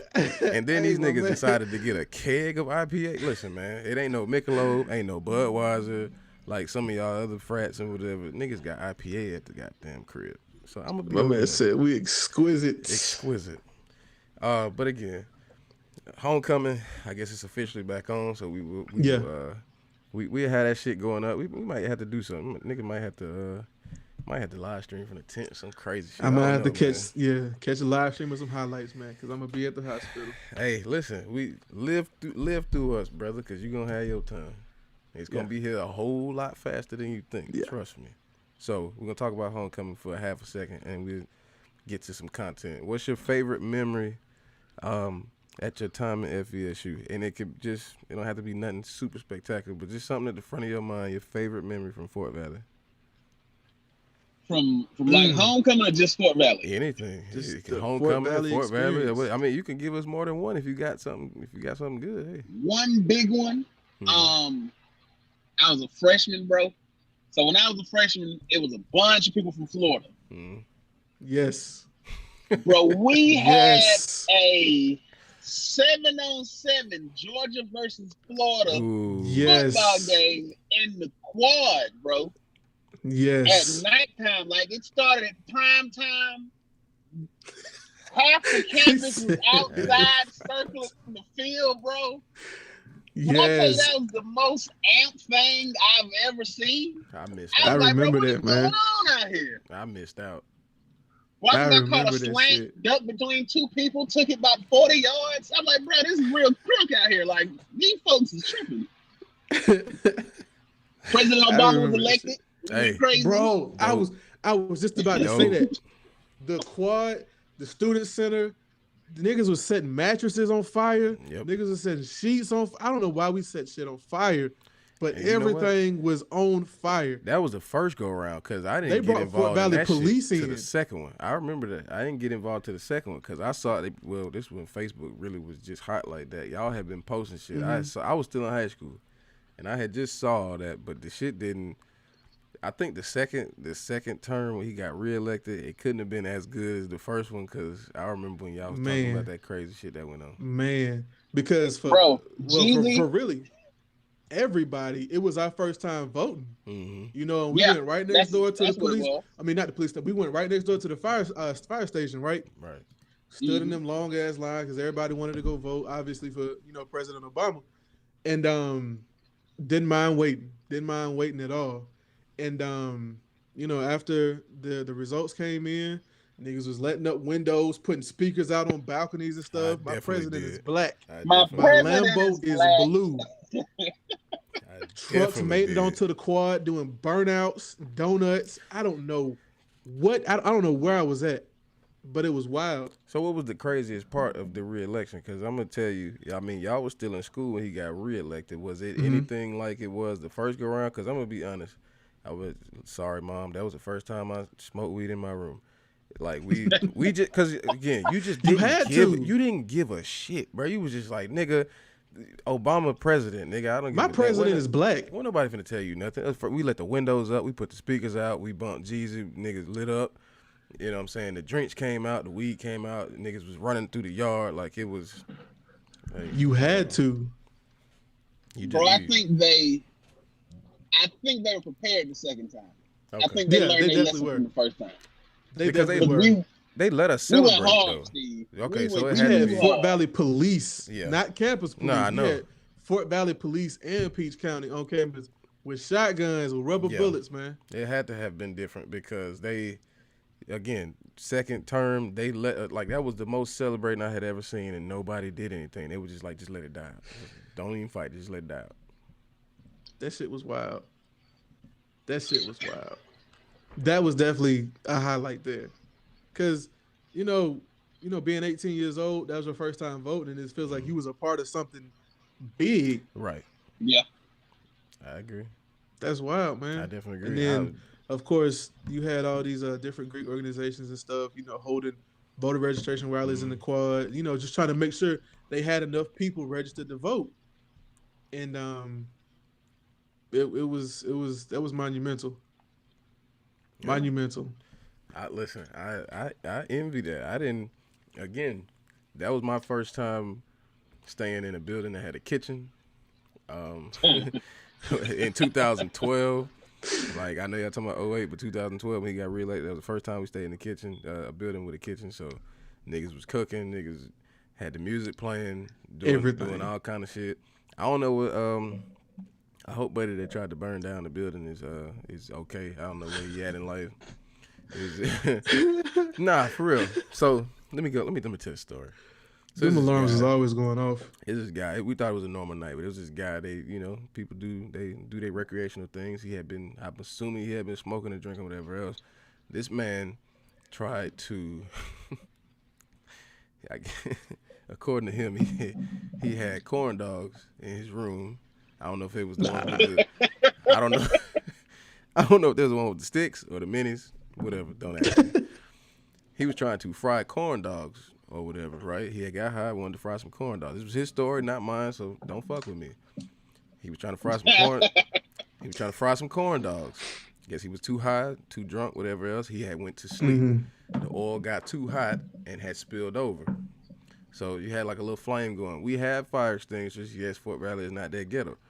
He didn't use a fire extinguisher. This nigga dumped the flaming grease in the goddamn sink.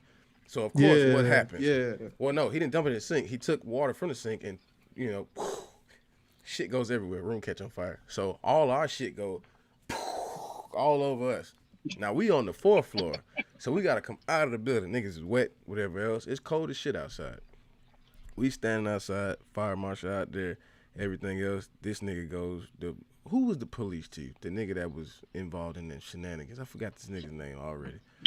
He came the shenanigans. He was involved in the shenanigans. You know what the fuck I'm talking about? I can't remember. I forgot Brett's name. Yeah. I just went to look at the article before we talked about this. Simpson? Not Simpson. I know who you talking about. No, you know who I'm talking about. I can't call Brett's name, but it's again. He was out there. He was cussing. Yo, I know his phrase. This and yeah. You know his what's his phrase? Cause he's eat yo. Yep.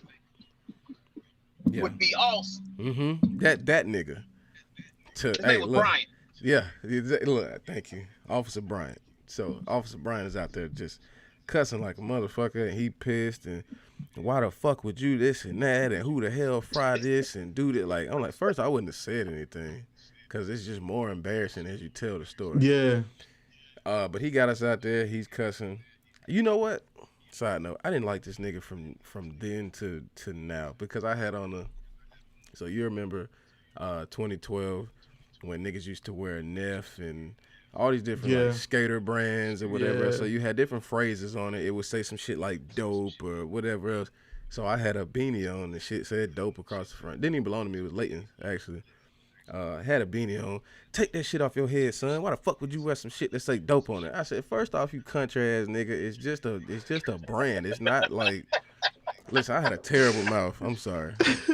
I cuss out you and your grandmama. I don't care. Listen, you and your grandmama. Because that was stupid, bro. I'm cold, you cold. What are you talking about? Why the fuck would you wear some shit that say dope across your head, son? We don't wear no shit like that at Fort Valley. I said, I ain't taking this shit off my head, bro. It's about 40-something degrees out here, bro. We wet. I said, bro, leave me the hell alone. I'm not taking this shit off my head. So, again, this nigga's tripping. But if anybody know Officer Bryant, tell him I say, we hope you're doing well, sir. Do we? Yeah. We hope you're doing well, sir. We hope you're doing well. Yikes.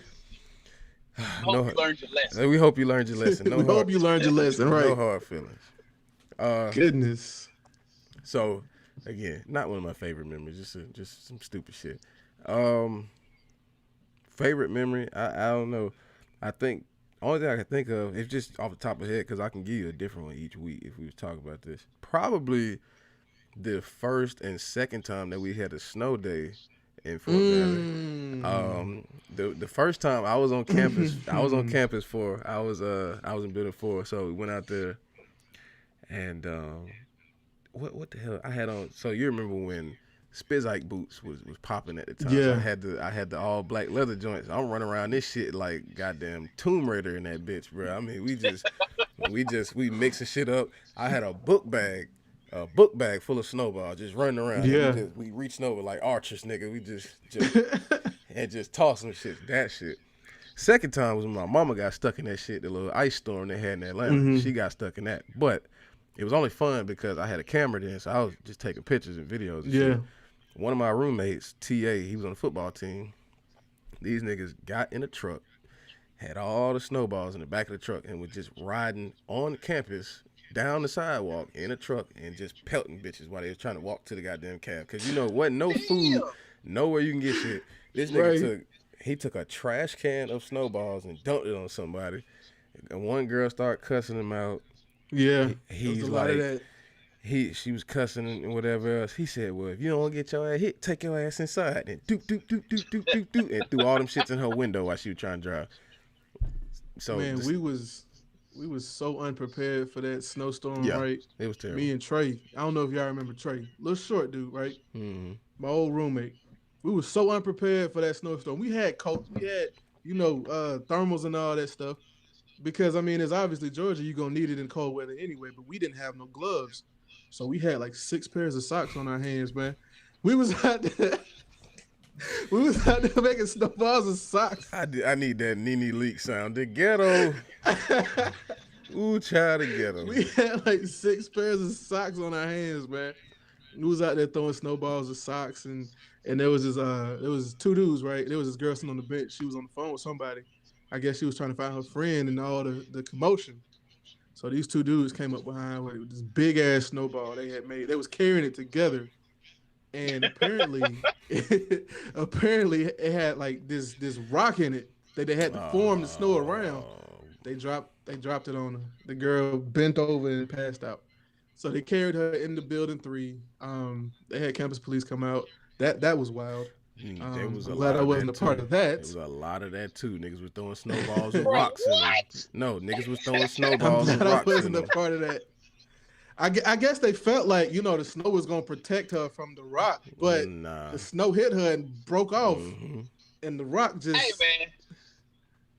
You think about how dumb we are, like 18, 19. We come up with some shit in our head and be like, man, the snow is safer.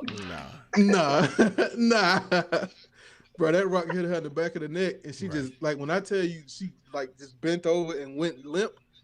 They carried her into building 3 and was like, man, I don't know what happened. Nigga, we seen it. Like, everybody seen you drop that avalanche on her. That was wild, man. I don't want to say good times, but it was, I guess, like good memories for living. You learn. That's good times. You live and you learn. That's good times. You live. Bro, it's funny now, bro. They had a party at the Sigma House that was so massive. 2012? No, bro. When I was a freshman. Oh, when you was a freshman. Like. Okay. Yeah. Well, so I know what you about to say. So then they always been with the shit. Bro, it was in the street, like, and this is on State U, so people gotta come down. Like nobody's moving. Yeah. It got to the point the police was looking at it and they was like, what the fuck we gonna do about it? Like it was wild because wasn't that like during orientation? Bro, it had to be like it might have been like the 2nd week of school. Yeah, because it was around like the very beginning of school. Because I remember I had a cousin that went to Fort Valley. I didn't really know her. Like, I just knew she was my cousin. And I was like, man, where you at? She was like, I'm in this big mob of people at the party. And I was like, man, well, I don't know how I'm going to find you in here, so it don't matter. Like... Man, it was blue lights everywhere, and it went from the police. It was blue lights from the Sigma House, and it was just everywhere. We was blue lights and blue juice. Blue lights and blue juice. The gas station, like right down the street, across the street from the ROTC building, like right next to it. Niggas was all down there. Like that's how big that party was. Man. Let's see. Bro, I don't even know what we were doing out there. We were just standing. Like, it's hot. Folks is kicking dust up. That's you got on good shoes. You in the grass. That's it. It's just wild. That is it. That shit was fun. Alright. That shit was fun. What else? Camp John Hope was cool. I wish I could say We the had a swamp was phone cool. party on campus. I ain't go to the Had a- swamp but one time. Shout out to had- Alicia Gary. Right, like I wish I could say the swamp was cool. I only went to Had the a swamp phone one party. time, and that was it. I didn't go to no phone party or none of that shit. I went to the swamp one time, and that was for her probate. Yeah. But me and Bird dropped Biggie off at the swamp That one was day. Biggie showed up at the swamp with his headphones on. When the Gamma Bird City Biggie showed always up had them there. headphones on, man. My boy Bird rolled the window down. We pull up to the front of the swamp. It's a line outside. We let my boy out the car. Bird rolled the window down. Say, Biggie, here y'all. Everybody trying to look at the car. I'm like, bro, why you doing like that? Like, bro, you look. Get to the Bro, line Biggie, outside the swamp. Just turn and look. Can you hear somebody say, he here now, y'all? Biggie here now, y'all. And everybody looking at you for the rest of the night. Biggie ain't feel no pain. He walked his ass right inside. Biggie ain't big no more. Oh, nah. Biggie. Can't call Biggie no more. Shout out to Biggie. He just turned 30, man. We just Shit, went to everybody enjoy it getting for up his birthday. there. Everybody getting up there. Let me see. So we talking about the swamps, and we talking about the club, the party. What song always take you back to just school in general when you hear it? Is it any song in particular that always I got a remind you of list. Fort Valley when you hear it? I got a list. Anything Travis Porter, Mm, Breakfast at the Waffle House, 20 sausage biscuits, yeah. Rich Kids, anything Waka Flocka. You Yeah. got Gucci Bandana at the time. Swag Surf, because that just came out, and now it's our Negro spiritual anthem. And then a photo shoot, Gucci Man. Yeah. No Hands. Wale, I knew he was gonna say that one. Walker, I knew he was gonna say that one. I knew he was whatever gonna that say last nigga was that nobody cared about his part. Roscoe Dash, man. Roscoe Dash. ROSCOE. ROSCOE. Mr. Shotty put it on. Hey. Bro, he I could- know Hey. the entire No Hands song. Nah, that shit, Right. No that shit was music. hot. Right, with no music. Right. No music. I can And do that another front and big back. one was Drake had just dropped Yeah, so far the one gone. with the letters falling. So far Yeah, gone. so far gone. Uptown was so hard when he Mhm. first dropped it, Yes. Yes. bruh. Like I remember people on the student center steps. I had just walked out of Boyd, bro, and I could hear it. All you hear is and you just hit a song start and the beat just drops. And I'm like, bro, this shit is hard. Like, Yeah. what is this? When Bun B come in, yes, that is If nasty. I can remember, like, excuse me, you know how you can like paint a perfect picture of where you were at that time in your head? Yeah. Like just walking up to the student center and they're blasting Drake, bro, and Bun B is ripping. And people are Eating. standing around waiting on Lil Wayne part to come up. Yep. There Like, was bro, no that weak was verse in a that song. That's true. Major song. Hey, little known fact about Trav, he can hear a song one time and memorize it. I believe it. That nigga used to just Hey, man. walk around spitting lyrics. Like it went that nigga hear a song one time and it's committed to memory. The wildest shit ever. I like music, bro. It's enjoyable. I do too. understand. My song, I got two. Only because one is just a song and the other one is situational. So I always think about it when I hear the shit. So one song will probably be, if I ever hear it, it doesn't play often, but if I ever hear like Hate Being Sober, Chief Keef. When I hear that shit, I think about when I stayed in Building 2 with Rashard and Brandon Quinn. So Hate Being Sober Rashard. was like, You gave us Rashard too, bro. You Hey. You messed us up with that nigga. yeah, bye, yeah, bye. Still ain't forget you for that. Yeah, that country ass nigga. But nah, Hate Being Sober was really an anthem at that time in life because Chief Keef came out of like left field, just took over shit. So Yeah. Basketball Homecoming, I remember Hate Being Sober, all of that shit. Don't like everything, whatever. But Hate Being Sober was definitely it. That because matter of fact, Basketball Homecoming, I want to say we drunk at maybe a 50 Tanqueray before we went to the game or some shit. I was just the most listen. That was the most loose and country I ever been in my motherfucking life. That nigga there. I was loose. I'm telling you, we took shots. We didn't make drinks. We took shots. I'm talking about a nigga went through this, me and Brandon Quinn, drunk a fifth of Tanqueray before we went to the game. Yeah, you know what I'm saying? That Tanqueray, this my daddy shit right here. This was my daddy. You know, he a Sigma. My daddy used to drink this Tanqueray. shit. So we drank a fifth of Tanqueray before we went to the goddamn game. And that was the most, listen, I don't even remember how I got out of there and where I went after that. I just know all I remember, I know we were sitting behind Blair because he had his jacket on. We were sitting behind Blair somewhere down on like the second or third row, courtside. And from there, I just know I woke up the next morning. I don't remember too much of what happened after that shit. I just know I got in the building. I don't know what happened after that shit. Yeah. That, Bro, what you finna say, Trav? football homecoming was for alumni. Yeah. Basketball homecoming was for us. That's us. the truth. Yeah. That's definitely true. Yeah. That's definitely Bro, true. I tried lean during basketball homecoming. I don't know, like, What? Just doing shit. Okay. the shit was good too. I ain't gonna lie. That nigga said, I tried lean. I tried to die. It is good though. Sorry. Bro, I'm in Sorry, basketball man. homecoming, Die. bro, like this and that. I'm like, bro, what the fuck is going on? Like, No, that's true. I pick basketball homecoming before I go to football. At this point, as an Basketball adult, homecoming is home. I gonna say as a student, yeah, I would take basketball homecoming. Let me see. I think I say two more. Second one would be All Go Everything. Anytime I hear that song, I know exactly where it was when I heard it. And it's funny because, again, not like I know this nigga, but I actually heard this song before it became a thing because Trinidad James used to work, and when Underground was still open, they had a store called Ginza. It was kind of so Ginza. Yeah.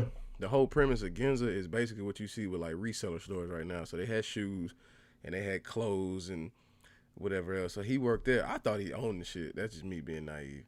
I thought he owned the shit. I met this dude when I worked at the airport. So his music was playing in the shop. This is when he was still trying to get on. So I heard that song, didn't think nothing of it. When I got to Fort Valley and I actually heard it and the shit took off, I was like, oh shit, I know this nigga.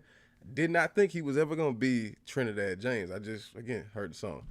So first time I heard it, of course, I'm telling niggas that I know this nigga, not necessarily like we friends. Be like, yeah, I met that nigga, man. This shit be like, bro, stop name dropping, bro. That's some bullshit. That last one, because I heard it the other day, Ring Ring, Future and Rick Ross. So the Kappas used to always have a yard show in the old student center. And so I think this might have been after, I want to say it's maybe after Jared Cross or something. I think they had a yard show then, and they had strolled to this shit. And that was that was the first thing I thought of, because that was the first time I ever heard, certain songs you got to hear it on like big ass speakers. Yeah. And that'll make the song for you.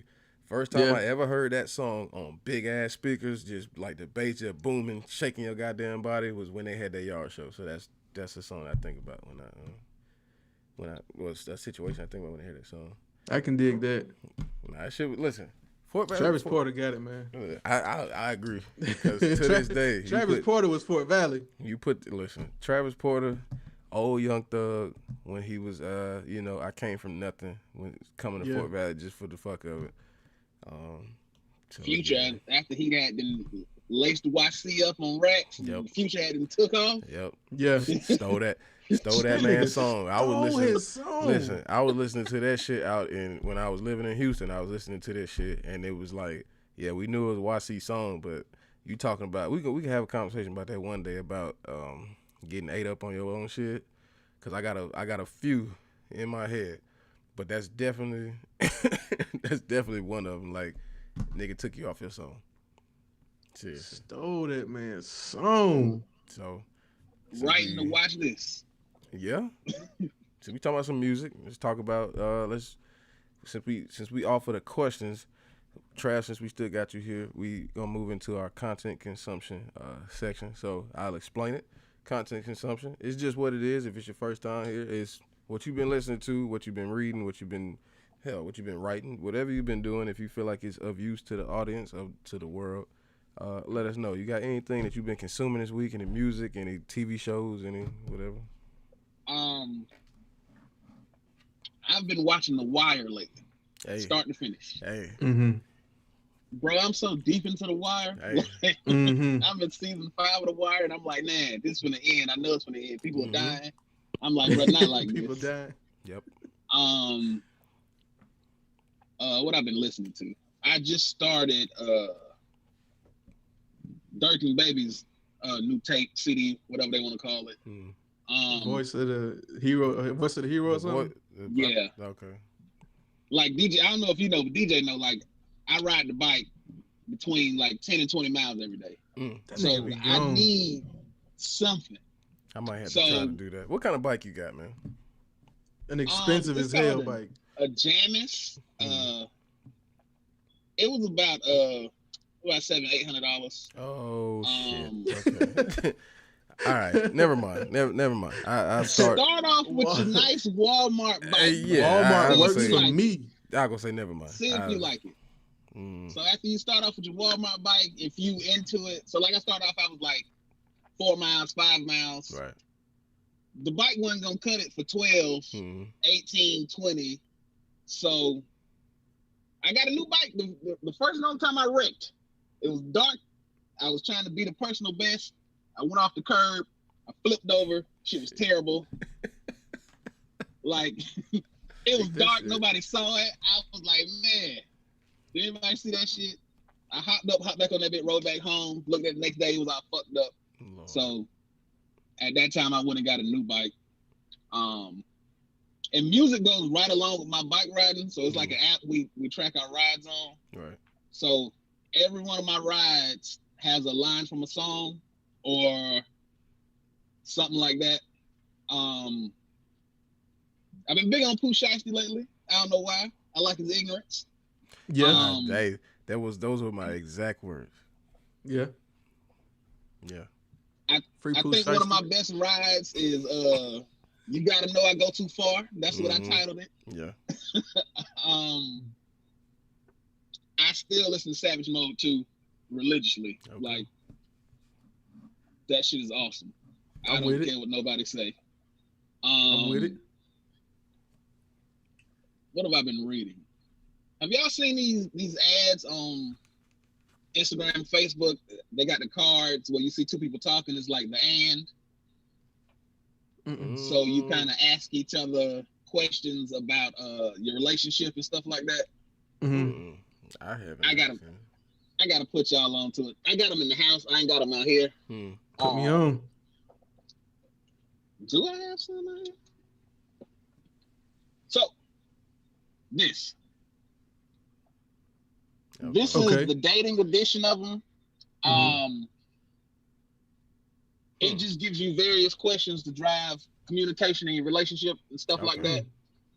I also have a personal set. So it's like a self edition. The self edition is awesome. It's gonna ask you questions you need to ask yourself to get in a better place. Put me on. Yeah, I'll try that out. You get like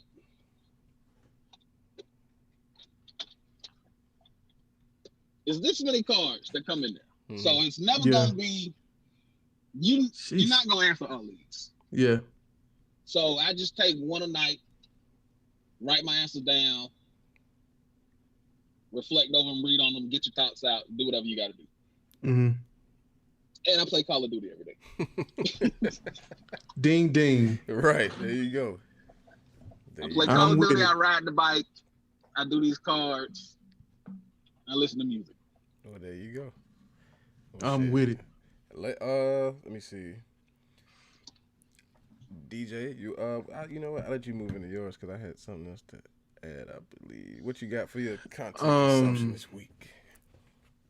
All right, so I have This show is not supposed to be as funny as it is. To me, at least, the show is like super corny, but it's funny. I don't know if anybody's seen Mike Epps' new show on Netflix, The Upshaws. Him and Wanda Sykes. Not yet. That shit has me rolling. I don't know why, because it's corny as hell, but it's funny. And I guess that's just the dad in me coming out. I'm trying to tuck it. I need to tuck it back in a little bit because he ain't here yet.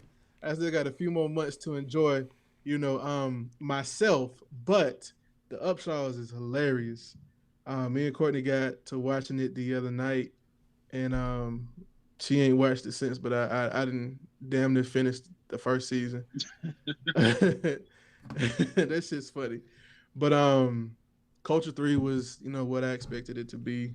It was some high energy tracks, but it was a big ball of meh. Did I need it? Not really. Didn't really need it. I got my intro to Polo G, Hall of Fame, free Polo G, I guess, even though you out here fighting cops.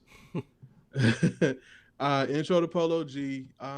It was straight though. I didn't think I was gonna like him, cause he decent. Yeah, for you to be like, for you to be a new rapper to me, you gotta do something different, cause there's a lot of these little techers coming around here. It's a lot of these lils and all that. I ain't with it. Not with it. Yeah, I think I'm 31 years old. I'm not with that shit. Right. I gonna say because I'm older. I don't listen to a whole lot of his stuff, but like, I think he's alright. I don't really feel that little rap star song too much. It's straight. It's straight. I ain't listening to none of his older stuff. So, because only one I go back was Flex with Juice WRLD. That was probably it. And that one's hard. I'll go back and see. Larry June. Yeah, he dope. I'm gonna always stand by him. Yeah, I gotta check that out. Orange Print got the classic Larry June flow. He got Big Herm setting it off on the intro, and beat selection is amazing. When you listen to Larry tape, you got to go back through the discography. You have to. It's mandatory. And then what else? Yeah, that was about it. I've still been diving into that book you got sitting there on your desk. Yeah, still reading that. It's part of my consumption. Yeah, it's a very good read actually. Emmanuel Acho definitely gives insight, much needed insight, and I definitely recommend it for everybody, not just people who look like us. Right. So that's about it. And like Trav said, it's Call of Duty. I got a PS4 now, so I guess there's that. All right. Well, I'll be going back to blaze y'all asses if y'all want that. We can start that up. Right, Trav kind of nice. Listen. Trav kind of nice now. Listen, every dog has his day, okay? I ain't gonna try him. It won't be today. Every dog has his day. But I ain't gonna try him. For my consumption, obviously, Uncomfortable Conversations with a Black Man, Emmanuel Acho. Wife just got that, I guess, pre-Father's Day, so starting that up soon. It ain't too much content, but again, we still on these cigars, these acid cigars, if y'all did or didn't know. Flavor, for anybody who just trying to get into cigars, I guess you can start that out, whatever. What else? I guess I can call it, as my father-in-law says, ghetto tube. I'm having a lot of ghetto tube moments this weekend, so I revisited The Wash. That shit is very Embrace funny. it. That shit is hilarious. As much as it was when I was a child, when I shouldn't have been watching it, but you just notice so much more shit when you get older. You understand it more. I'm like, hey, I understand Chris so much more now as an adult. So yeah, y'all go check that out. If not, I'm probably planning on watching How High maybe some point this weekend, getting back into that. Probably one of my favorite ghetto tube movies. What else did I have up here? The Adesanya fight is tonight. I do have the link if y'all want that. I'm not gonna drop it in YouTube because I don't want a copyright strike. So if y'all want that, just go ahead and send us a message. Send me a message, anybody, whatever. I try to get it to you. And let's see here. Last but not least, went back and listened to John Mayer Battle Studies, front to back. Like when I first heard that shit, I had to be maybe 19, 20, somewhere around there. But again, listen, if you actually like music, that is an album. No matter what point in your life, you probably didn't know you needed it. I think it's really good. Just go back and listen to it. Some of my favorite tracks, Perfectly Lonely and Assassin, those are cool. So again, All the Men, 1836. Please enjoy that. I think it's pretty good. I don't know if either of you two listen to it, but it's just really good. I think so. Plus, if you like guitar solos, man, just skip to the end of each song and just check them out. That shit's just nice. But I was on Instagram. Today, and I watched this thing Complex put up. They did where John Mayer interviewed Kanye years ago. This was Teddy Bear Kanye, and they was in the studio, and John Mayer asked Kanye how much his chain cost, and he was like, "Oh, this is about 10,000 right here." John Mayer showed his watch, and he was like, "Man, this is." I forgot what kind of Rolex he said it was, but he says it's about a $40,000 watch. I'd say probably. And Kanye's looking like, yeah. Now that's stuntastic. You're right. Like corny. Yeah. But it fit though. Probably one of those good old classic date just or some shit like that. Knowing him, something simple guy. Steve, you like Ghetto Tube? Yeah. There's this guy on YouTube.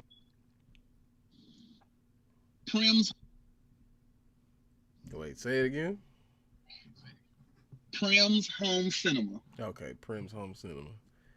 Bruh does a breakdown of every Ghetto Tube movie you can think of. Oh. I'll pass that along. That shit is funny. I will definitely pass that along. Let me see.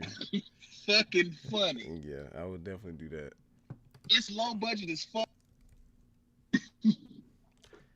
So it's his jokes. Your boy, it ain't like the boy, presentation, his editing. This bro just being funny. Okay, Prim, I see it now. Prim's Hood Cinema. What happened in Holiday Hard? Trapped in the Closet. I'm gonna check it out. What happened in Friday? Okay, no, this shit looks like it's some shit. He got 500,000 views on these videos. Okay, all the Negro movies. Yeah, I'm definitely gonna check this out. All right, I'll definitely do that. There's one more since we giving out suggestions. All right. Yo boy Jamonte Ronte made me watch Who Made the Potato Salad on YouTube. That shit. Bro, I remember that shit. That shit was so doggone funny. It was filmed in 2 spots. Yeah. The living room and the kitchen. And it's an hour and a half long. Shit's hilarious. Only him. Jamonte Ronte made me watch Who Made the Potato Salad with him one day. I don't regret you know it. what's something that's funny that I went back and watched not too long ago, bro? Bro, go watch Black Knight with Martin Lawrence. Hey, I watch that shit every 6 months. You ain't got to tell me. Listen, when she get up there, oh, England. Hey, listen, that is the shit. Nah, that's it. That's that movie. I ain't seen that movie in years. That motherfucker said, you deflowered my daughter. Mm-hmm. My Lord told that man, get your king. Your daughter's a freak. Like, bro, they finna kill you, bro. What are you doing? Nah, that shit is dope. Let's see. So, again, we got some black business to shout out. Each week, we try to pull at least one. So this week, DJ, I'll let you go first because I see you got one you added here. Yeah, I got Bartow Nutrition. It's in Cartersville. If you ever, north of Atlanta, and you are, I guess you need a smoothie, right? They put like different shots of different kind of vitamins in their smoothies. They got smoothies, teas, shakes. They got like little different, like I guess like little things you can chew on. But me and Courtney had some tea today, and I mean it's good. It's really good. They use agave. They don't use honey. I got some agave right here. Well, maybe not that kind of agave. Kind of agave. Maybe not that kind of agave, but yeah, but it's really good, and it also supports black businesses and your overall health. So, right. I got a son on the way, so I got to start taking care of myself. Indeed. Trav, you know of any black businesses, any Fort Valley State University black businesses? Anybody you can think of off the top of your head? I do have on the shirt right now. Y'all can't see it. I ain't gonna turn around and all that stuff. Wanda from Snowfall. She's been endorsing this store brand. It's called Lace Locks. I just randomly started looking at Wanda's Instagram one day because I thought she was cute. She's not Wanda. I was gonna say, bro, where is she? She looks familiar as hell. Though. Yeah. Where is she from, bro? I don't know, She's from the east side. She from where? I think she's from the east side of Atlanta. Bruh, she looks really fucking familiar. When I saw her, I said, bro, why do I feel like I've seen her? Not even from Snowfall, just like in person somewhere. Like, she looked real familiar. Yeah. Like, some people just look like, oh, yeah, she went to Fort Valley. She looked like somebody I've seen in Fort Valley. Yeah. I saw her bigging up the clothing line. She's, in the pictures on the website. Yeah, I saw so that I ad. wanted to check it out. This shirt hard, bro. I ain't gonna lie to you. Yeah. That's cool. Weird. How's the fit? Yeah, that's a big question. I'm in transition from fat to fit, so so you would say, feels you would say really it's true nice. to size then? Yeah. Okay, true to size. Okay. Another one is one of my business accounting classmates, Jasmine Harris, Yard Pop Creations, the big yard signs in Columbus, Georgia. Okay. I keep seeing her pop up everywhere. That's them big ass things people put in the grass outside the house, like congratulations, what you call it? Huge. Okay. Because I be wondering where people get that stuff from. I ain't gonna lie to you. Yeah, them the two I'm on right now. Yeah. That's cool, man. Listen, again, you don't have to have a long scroll full. It is what it is. We post them each week. If you got one you didn't mention, you can send it to us. We'll post it in a future episode. But as far for me, yes, sir. Again, we plug ourselves every week as we do. So again, you can follow us on IG at Extra Seasoning Baby. Follow DJ at Deontay Jamel. Me, SBS4K. Trav, you still on IG? Or you? I had to take a hiatus. There's Okay. too much stuff on there I don't need to be seeing right feel now. Hey, I feel it. I feel it. I definitely feel it. So Right now, I just say Instagrammer. that's cool. Instagram user. Right. That's cool, bro. That is cool. So again, we plug ourselves every week. Y'all can follow us on all our handles. I started a photography page, finally posting some of my shit out there. So you can follow me on Instagram at SonySniper.13 on Instagram. Finally booked a little gig or something. So we're gonna try to get that shit out there. Say word. Right. Listen, finally got me a little gig, bro. So Hey, man, you exquisite, man. I can't hold it. Thank you. Exquisite. Thank you. So Exquisite. This word is being tossed around a lot Hey, you today. got to, man. Listen, I like exquisite. that word. It's a nice word. So we be shooting this weekend or whatever else. Listen, it's real when the deposit come in, so it's cool. Yeah. So again, that's that. Also, Chad. A lot of people in the Atlanta area may know him as a tattoo artist.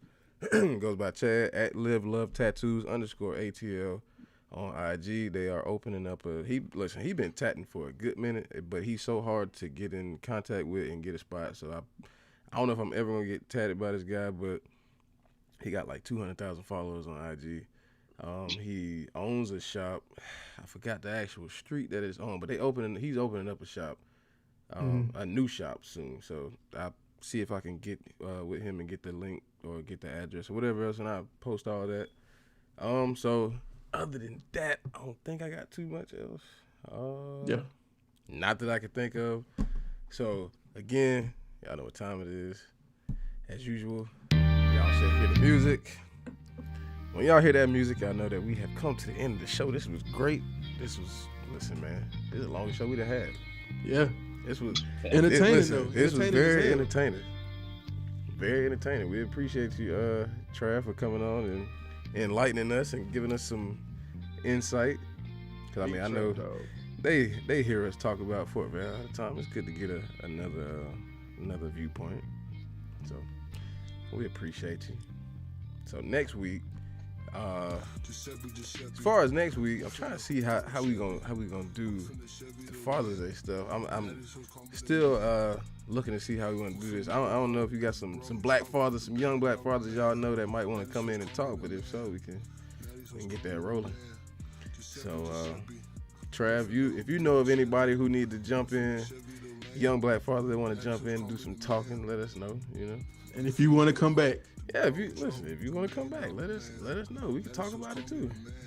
Yes, sir. So, because he love him some Haley. hey, listen. Hey, How that's my about that? partner. How about that? Let's do that then. Let's do that. We'll have you back so we can chop it up. We can talk young black fathers. We can do our thing. So again, Yes, sir.